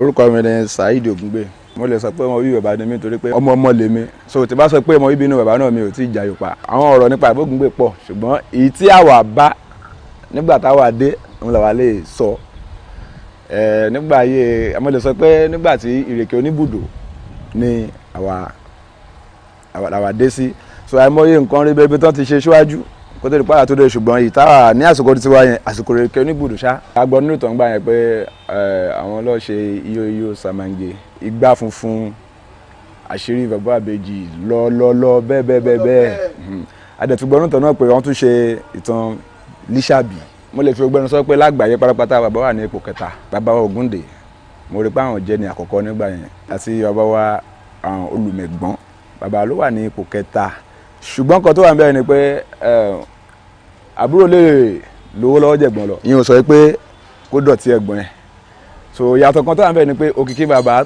tàn dáadáa ní àsìkò yẹn lẹ́yìn ìgbà tí bàbá Ògúndé fi ayé lẹ̀ tán ó tàn ju ti àwọn tó kù lọ bàbá jẹ́ kó yé wa pé Àyìnlá Olùmẹ̀gbọ́n ó ṣọ̀gá àwọn kan tí mo mọ̀ nípa bàbá ni pé iṣẹ́ àkọ́kọ́ ṣe wọn ní jíǹjì ayé wọn ní gbẹ́nàgbẹ́nà láàrin ẹ̀ṣà ẹ̀mọ̀ choice oníkálukú ọ̀tọ̀ọ̀tọ̀ ni lórí iṣẹ́ tó bá ń ṣe òbí lè wò pé ọmọ yìí lọ kọ́ṣẹ́ báyìí iṣẹ́ lè tó máa hun ọmọ nínú ọ̀tọ̀ bọ̀ bàbá consider àwọn òbí wọn according to bọ́ mi gbọ́rọ̀ yẹn bí mi gbọ́tọ̀ yẹn nípasẹ̀ pé wọ́n lọ síbi iṣẹ́ gbẹ́nàgbẹ́nà yẹn wọ́n tún ṣe kò ń gẹ́ tíátà yìí láàrin yẹn bọ̀ ọ̀rọ̀ pọ̀ ń bẹ ọ̀rọ̀ gùn ṣùgbọ́n iṣẹ́ àkọ́kọ́ ayé wọn gbẹ́nàgbẹ́nà ni kọ́ṣẹ́ ni pé bàbá fẹ́yàwó tó pọ̀ lóòótọ́ wọ́n fẹ́yàwó tó pọ̀ ṣùgbọ́n nígbà táwa gbọ́jú àwọn ìyàwó tí àwa lè kà tó jẹ́ ìyàwó tó wà nílé mo lè sọ pé 16 tó jẹ́ àwọn tí a mọ̀ pé ìyá lágbájáre ní mí sọ àwọn tó ti lọ àwọn náà mọ̀ pa àpọ̀ to the extent pé àwọn àdára mọ̀ tán wọ́n tún máa ń bára fọ wàhálà ń gbòòrò ń gbà mí pa ọmọ ta ní ọmọ lágbájá ṣó mọ̀ pé báyìí ló jẹ́ ni so àpọ̀ bọ̀ ìyàwó táwa gbọ́júmọ̀ àwọn ọmọ 16 tí a bá fẹ́ gbọ́ òótọ́ ọ̀rọ̀ lẹ́nu bàbá bí bàbá ṣe nínú ọ̀rọ̀ sísọ bàbá jẹ́ ọkọ lòlò bọ̀ tó bá tẹnu mọ́ orin òun wọn máa jẹ́ àgèrè ṣe fásitì tó bá fẹ́ gbọ́ òótọ́ ọ̀rọ̀ yẹn bàbá ní kinú kan tó máa ń ṣe ń gbà ayé wọn táyì nílé kàbí àjàsà bàbá lè ṣe báyìí lẹ́ẹ̀mẹ́ta ó sùn láàrin 15 minutes ìdọ̀tí ẹyọ kan ò dẹ̀ sí ń bẹ̀ yẹn so àwa kà sí ẹ̀fẹ̀ so láàrin ẹ̀ náà kọ́mẹ́dì kan làwọn máa fi ń ṣe pé lọ́bí yàrá wá fún àfẹ́mú wọn ṣeré akin jẹ́bẹ̀ yóò dọ̀tí tó wà níbí so ní ìtàfijókòó yìí wọ́n lè ṣe lẹ́ẹ̀mẹ́ mílíọ̀nù akọ́ máa ṣe báyìí tó wá ní kílẹ̀ anídọ̀tí wà ń bẹ̀ ni kò dẹ̀ sí nǹkan kan ń bẹ̀ so n tó wá bí yẹn kò yé mi ṣùgbọ́n àwọn nǹkan tí ẹ̀ pọ̀ àwọn nǹkan pọ̀ wàláì bàbá ń sọ fún wa ń gbà yẹn pé òun máa pé 100 years láyé so àwọn náà máa lò bí ẹ̀fẹ̀ pé 100 years báwo ṣé ó fẹ́ ká máa sáyẹ̀ sóòrùn ní kankan bẹ́ẹ̀ gẹ́gẹ́ bí bàbá bí ẹ̀fẹ̀ ṣùgbọ́n tí bá 100 lẹ́nu tẹ́ bá pa mí ẹ̀yẹ́ mọ́ mi máa lè ní òun sọ bẹ́ẹ̀ wà ní tẹ́ bá fẹ́ pa mí ẹ gba sìgá àtàlábùkún lọ́wọ́ mi àwa kà sẹ́fẹ̀ àwọn náà dẹ́ gbà lóòótọ́ pé dáa tó bá yẹ kí bẹ́ẹ̀ ni àrùn jẹ́ kẹ́ fojú wọ̀ kankan ṣùgbọ́n àwọn ọmọ kéékèèké tí wọ́n lè ránṣẹ́ lọ́rùn tó lè rán sìgá àjẹ́ káwọn ọmọ dọ́dọ̀ wọn ní pé bóyá ẹ̀fẹ̀ la fi ń ṣe ó pọ́jọ́ keje ló bá jáde láyé ó padà wá ń dun àwa náà pé àbádẹ́ tí wàá kú fi bàbá ilé ẹ̀kọ́ máa kájọ máa ṣe fàájú bàbá yìí máa ń ṣe torí mo máa pé 100 years láyé yẹn ó kọ́mọ̀ gan ó máa ń kọ́mọ̀ ní ọ̀rọ̀ gan a máa ń kà sí ọ̀rọ̀ á sọ̀rọ̀ ṣẹ́dẹ́ ní bàbá tó bá sọ̀rọ̀ kan láàrin èní pé tó bá wo tó bá di bàbá yìí nǹkan báyìí máa ṣẹlẹ̀ ẹ̀ mẹ́rin káàkà ṣeré o nǹkan yẹn máa ṣẹlẹ̀ bọ̀ ọkàn àti kó lórí ẹ̀ pé lágbájá sọ báyìí so ní ó jẹ́ káwa ka ọ̀rọ̀ wọn yẹn kún pé tó bá ti 100 years láyé late Christopher Akitola Ogungbe inú ilé tí ó gbé tó fi ilẹ̀ ṣaṣọ́búrà rẹ̀. Orúkọ tèmi ni Michael Ogungbe. Ọmọ ni mo jẹ́, ọmọ bíbí inú ọmọ Táyé Lolú Èjìrẹ́ tó jẹ́ ìbejì inú ọmọ Ogungbe mo lè mí jẹ́. Iṣẹ́ tí máa inú iṣẹ́ orí ìtàgé òun iṣẹ́ tí mò ń ṣe. Iṣẹ́ tiwa ni pé kásẹ̀tì fún wọn ká dẹ̀ bọ́ sẹ́gbẹ́ kan kí wọ́n yà. So iṣẹ́ tiwa nìyẹn. Ọ̀dọ̀ bàbá tó bí mi lọ́mọ torí ẹ̀gbọ́n ìyá mi tí wọ́n pè ní firstborn ọmọ bíbí inú Ògúngbè ọ̀dọ̀ wọn ni mo ti kọ́. Ìmọ̀ràn tí èmi máa ní fáwọn ọ̀dọ́ ni pé iṣẹ́ tó ní kálukú bá mú láti ilẹ̀ ọjọ́ ẹ̀ òun ni kó tẹra mọ́. Iṣẹ́ tèmi mú láàárọ̀ ọjọ́ mi òun ni mo tẹra mọ́ torí kò tún ṣe sẹ́tìmánì kan ṣó náà ni mo tún ṣe. Mo tún market àwọn késẹ̀tì because bóyá èèyàn kan ṣe fíìmù jáde mo lè rà á lọ́wọ́ ẹnìyẹn kí n ṣe mass dubbing kémi náà ṣe kí n máa tà jáde síta fúnra mi.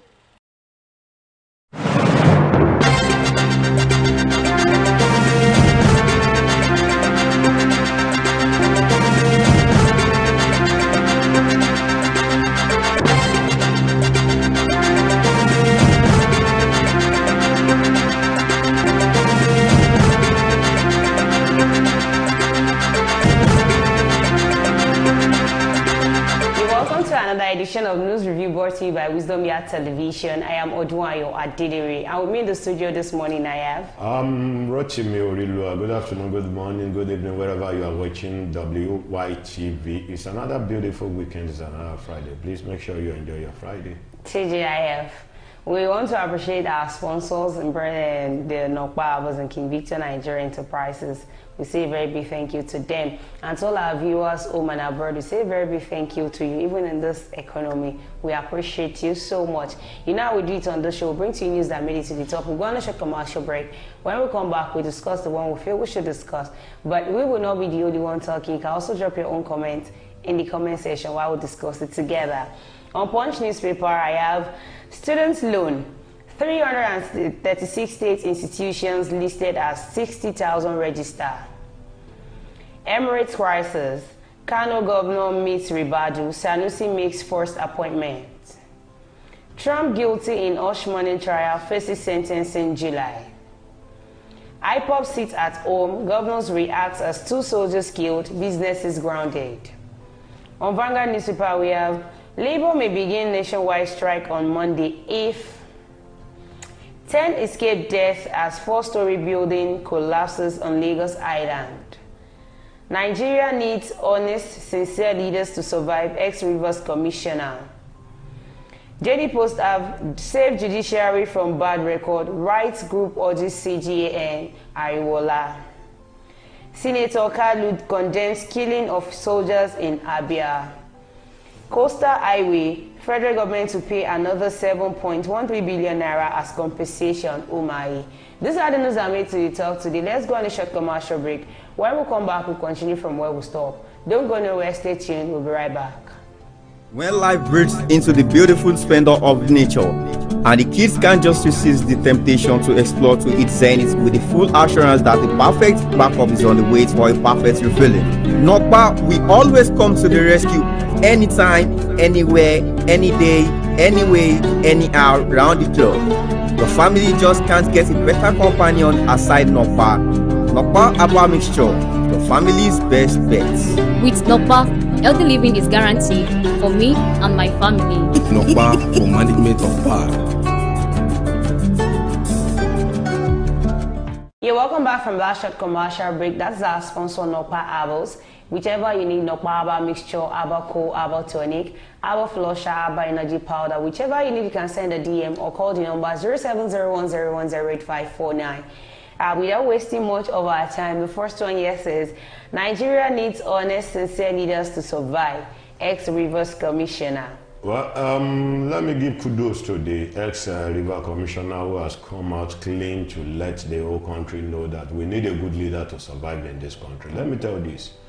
Ever since the administration, let me say, ever since the civilian regime came on board. Nigeria has been experiencing one problem on the other. From frying pan to fire. From frying pan to fire. Because when you complain about this government, the next one that is coming even worse. Is going to be even worse than the past one. So we need a good leader with a good vision. Can you imagine a railway train, a railway line has been commissioned in the 2024, has been outdated as far back as 1960s.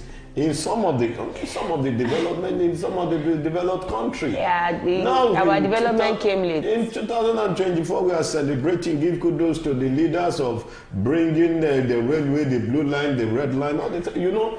We really need a good leader to survive in this country. At least, should I say, any development or development is development, whichever year it might come. Truly, according to what you said, development is development. The development that has been outdated in some country is what came on board here in Nigeria that we are celebrating. But I want you to know that what we are actually celebrating here in our country, some countries have not even tasted it. Oh, okay, can you mention that? No, I'm just saying. So development is development. If you are talking about the country that has not even tasted it, it will be within the African country. It's still a country. It's still a country. Yeah. We are talking about Africa as a whole.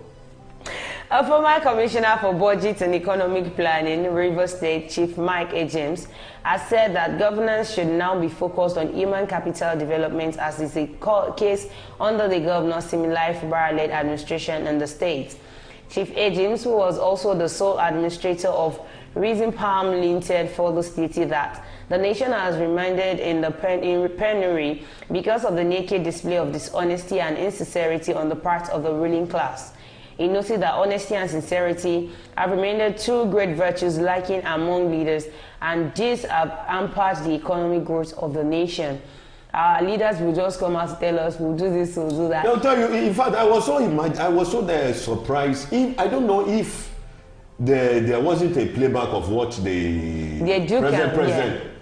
I wonder if there wasn't a playback. I believe there was a playback. They should be able to go back to those playbacks and even watch it and know the kind of promises they made to the old Nigerians before coming on board. Except if they just believe that they are there to cajole us. Because according to what he said, when Buhari came out, when Buhari was on board, what Baba was campaigning about, okay, for Kombale, don't worry, they said the fuel, there is an hike in the fuel price. Okay, that therefore Kombale, that is going to bring everything down. That you people should vote him in power. What the Northern Elders campaign for their people was that, okay, if this man has changed the faces of Lagos State for good 8 years, they believe is the right man that can change the face of Nigeria. Sir, if we were to look at it critically too, average Nigerians will actually think that is what is going to happen. Because they also what happened in Lagos. And people use the case of Lagos as a case study to see that this man will actually. But one thing we fail to understand is the then Tinubu and now they are two different. They might be different from each other. When he was younger, much younger then. He's old now. Exactly the point. Then when he was the governor of Lagos State, he was under the PDP ruling class. So you wouldn't say you can't judge. So I wonder why they came in. Even for good 1 year now, they celebrated the 1 year. Nothing that was being read out, no agenda that was being read out. Okay, since we came on board, this is what we have been able to achieve so far. This is what we have been able to achieve so far. There was something that they were able to. There was an achievement of taking away the first subsidy. It's a good achievement. It's also an achievement. AJ spoke in Port Harcourt during the funerals program of his late mother, Dickness Roslyn, at the Rumo Odani community.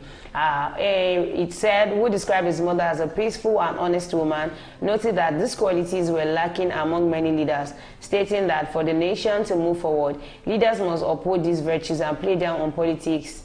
The former helmsman of the State Ministry of Budget promised never to allow his mother's legacy to die. He said, are you not seeing what is happening in political parties, public offices and ministries, where snakes swallow money?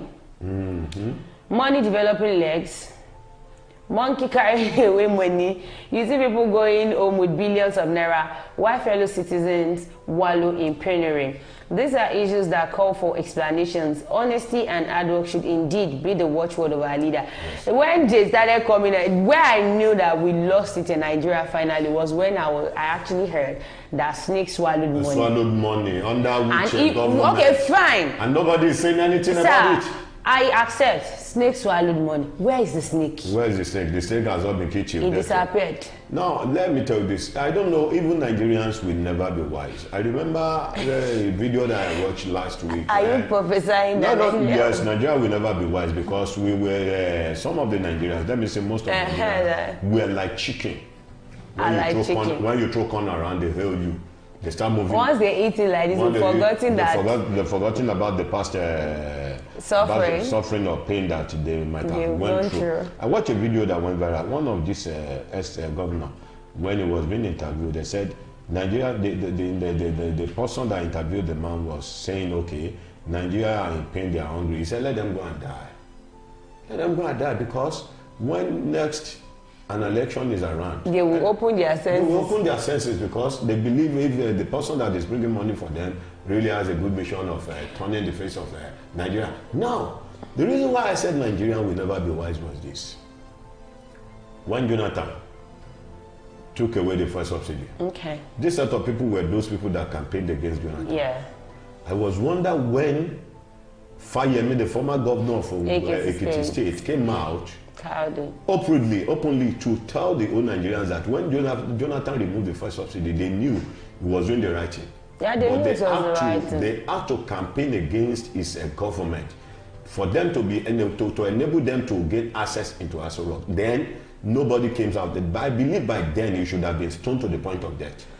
And this set of people, when they move around now, people will still hail them. Yeah, but the people that lack knowledge of what is actually happening will hail them, and that is why they have their own political loyalists. You are playing the lives of the so-called Nigerian with politics.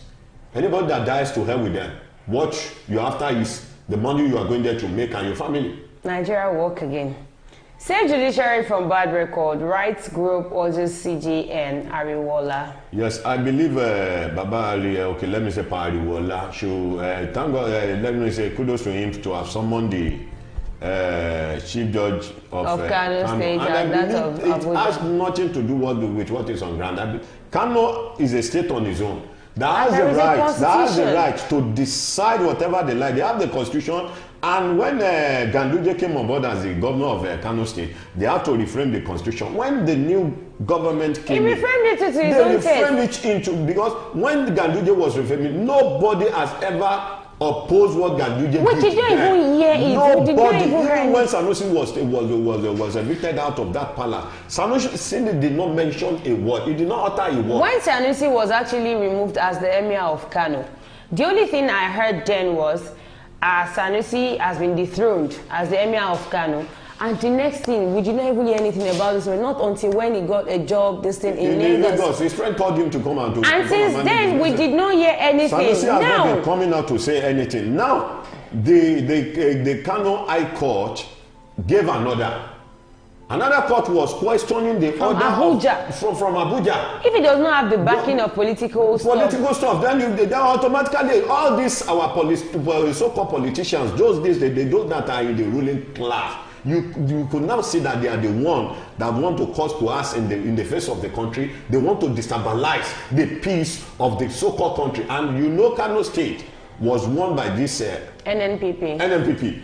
Now, because they have an upper hand, they wanted to change that judgment. And the governor did not even shake. That they should announce that it was APC that won the election. Not until when the people came out that they voted for that government. And I think that nothing can change. That was the end, and they were now looking for a way to destabilize the peace. To destabilize their peace. Federal government, for that matter. A human rights group, Save the Poor and Needy Charity Initiative (SPANCI), has appealed to the Chief Justice of Nigeria (CJN) Justice Olukayode Ariwola to save the face of the judiciary. The group made this declaration in view of a different conflicting court pronouncements over the Emir of Kano's tomb. Daily Post report that Justice S.A. Amubeda of the Federal High Court in Kano has issued an order to evict the Emir of Kano, Mohammed Sanusi II, from the Kofa Kuda Palace. The order enforced the authority of the 15th Emir of Kano, Aminu Ado Bayero. Justice Amina Adamu Adi of Kano State High Court, on the other hand, issued an injunction that protected Sanusi from being evicted from the palace. SPNCI, in its reactions, described the development as embarrassing, and the President, Comrade Yemi Ezekiel Bello, in a statement made available to Daily Post on Thursday, explained that different court pronouncements from the courts were a missile to the justice system. He then appealed to the CJN to act in its capacity to save the face and the name of the judiciary from setting a bad record. I think our judiciary has been having this bad record way long for a before very now. Long time. Because this one is just like they're just pouring petrol. CGN, the chief CGN. If there is a problem between the federal government and the state. Who do you think the it would support the federal? It will support the federal because it was being appointed by the so-called president. Likewise, when you go to INEC sector, I really wish you would be able to dish out the justice the way it should be done. It should in be. Nigeria. When you go to INEC now, if somebody won the election, if somebody lost the election will only be announced based on the order given to them by the president who appointed them there. So they will now want to manipulate the election because they don't want to go against their political master. When are we going to get things right in this country? I probably will get it right. Let's go on a short commercial break. When we come back, we'll continue from where we stop. Don't go nowhere. Stay tuned. We'll be right back. Sweetheart.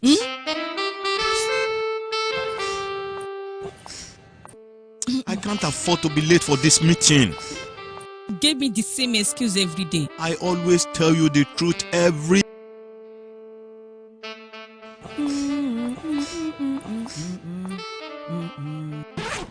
You know I will never disappoint you.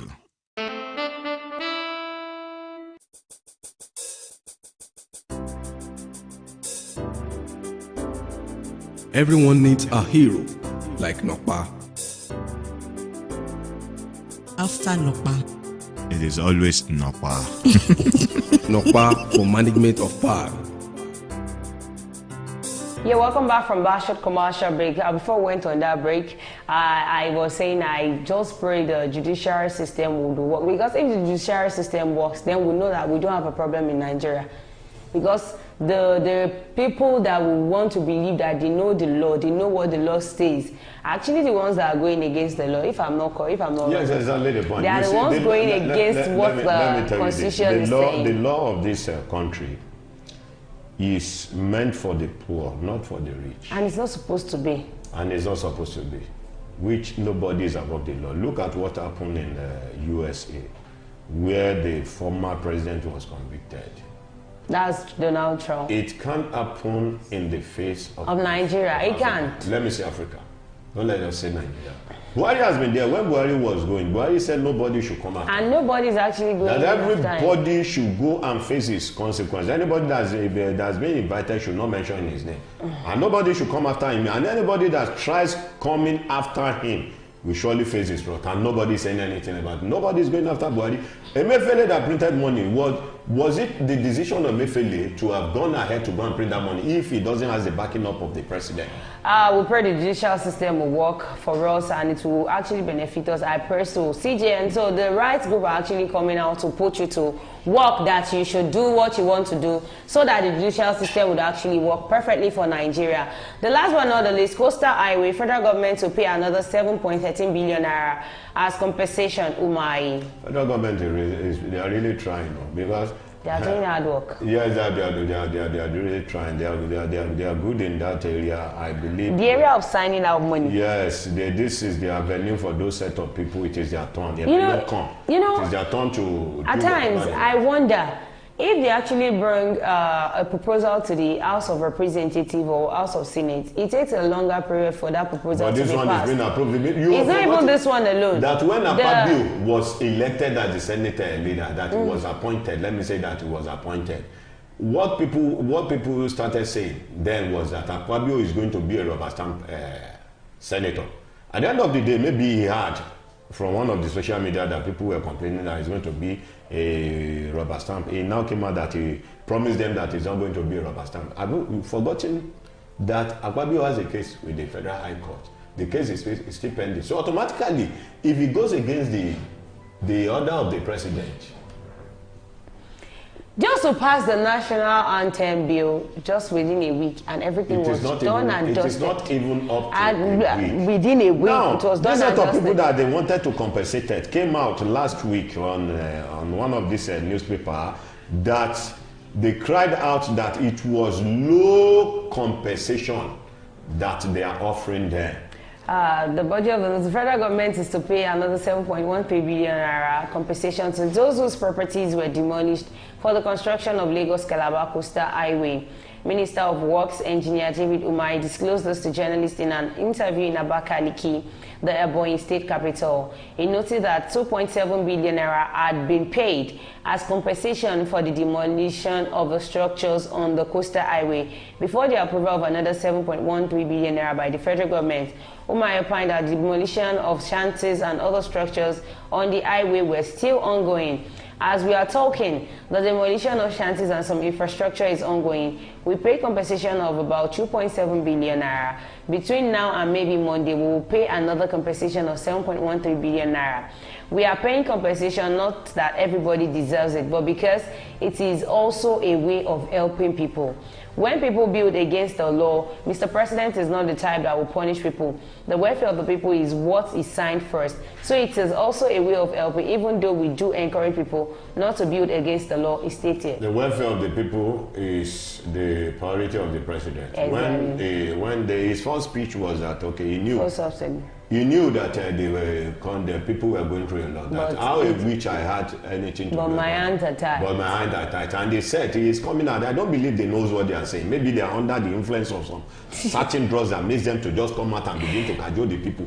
You know your people, the same set of people that you govern were going through hell. They were hungry, they were this and that. You say your hands are tied, so you could not respond to them. This guy is now coming out. What's that? You said yesterday that you want to assume that the president is not saying what we are going to.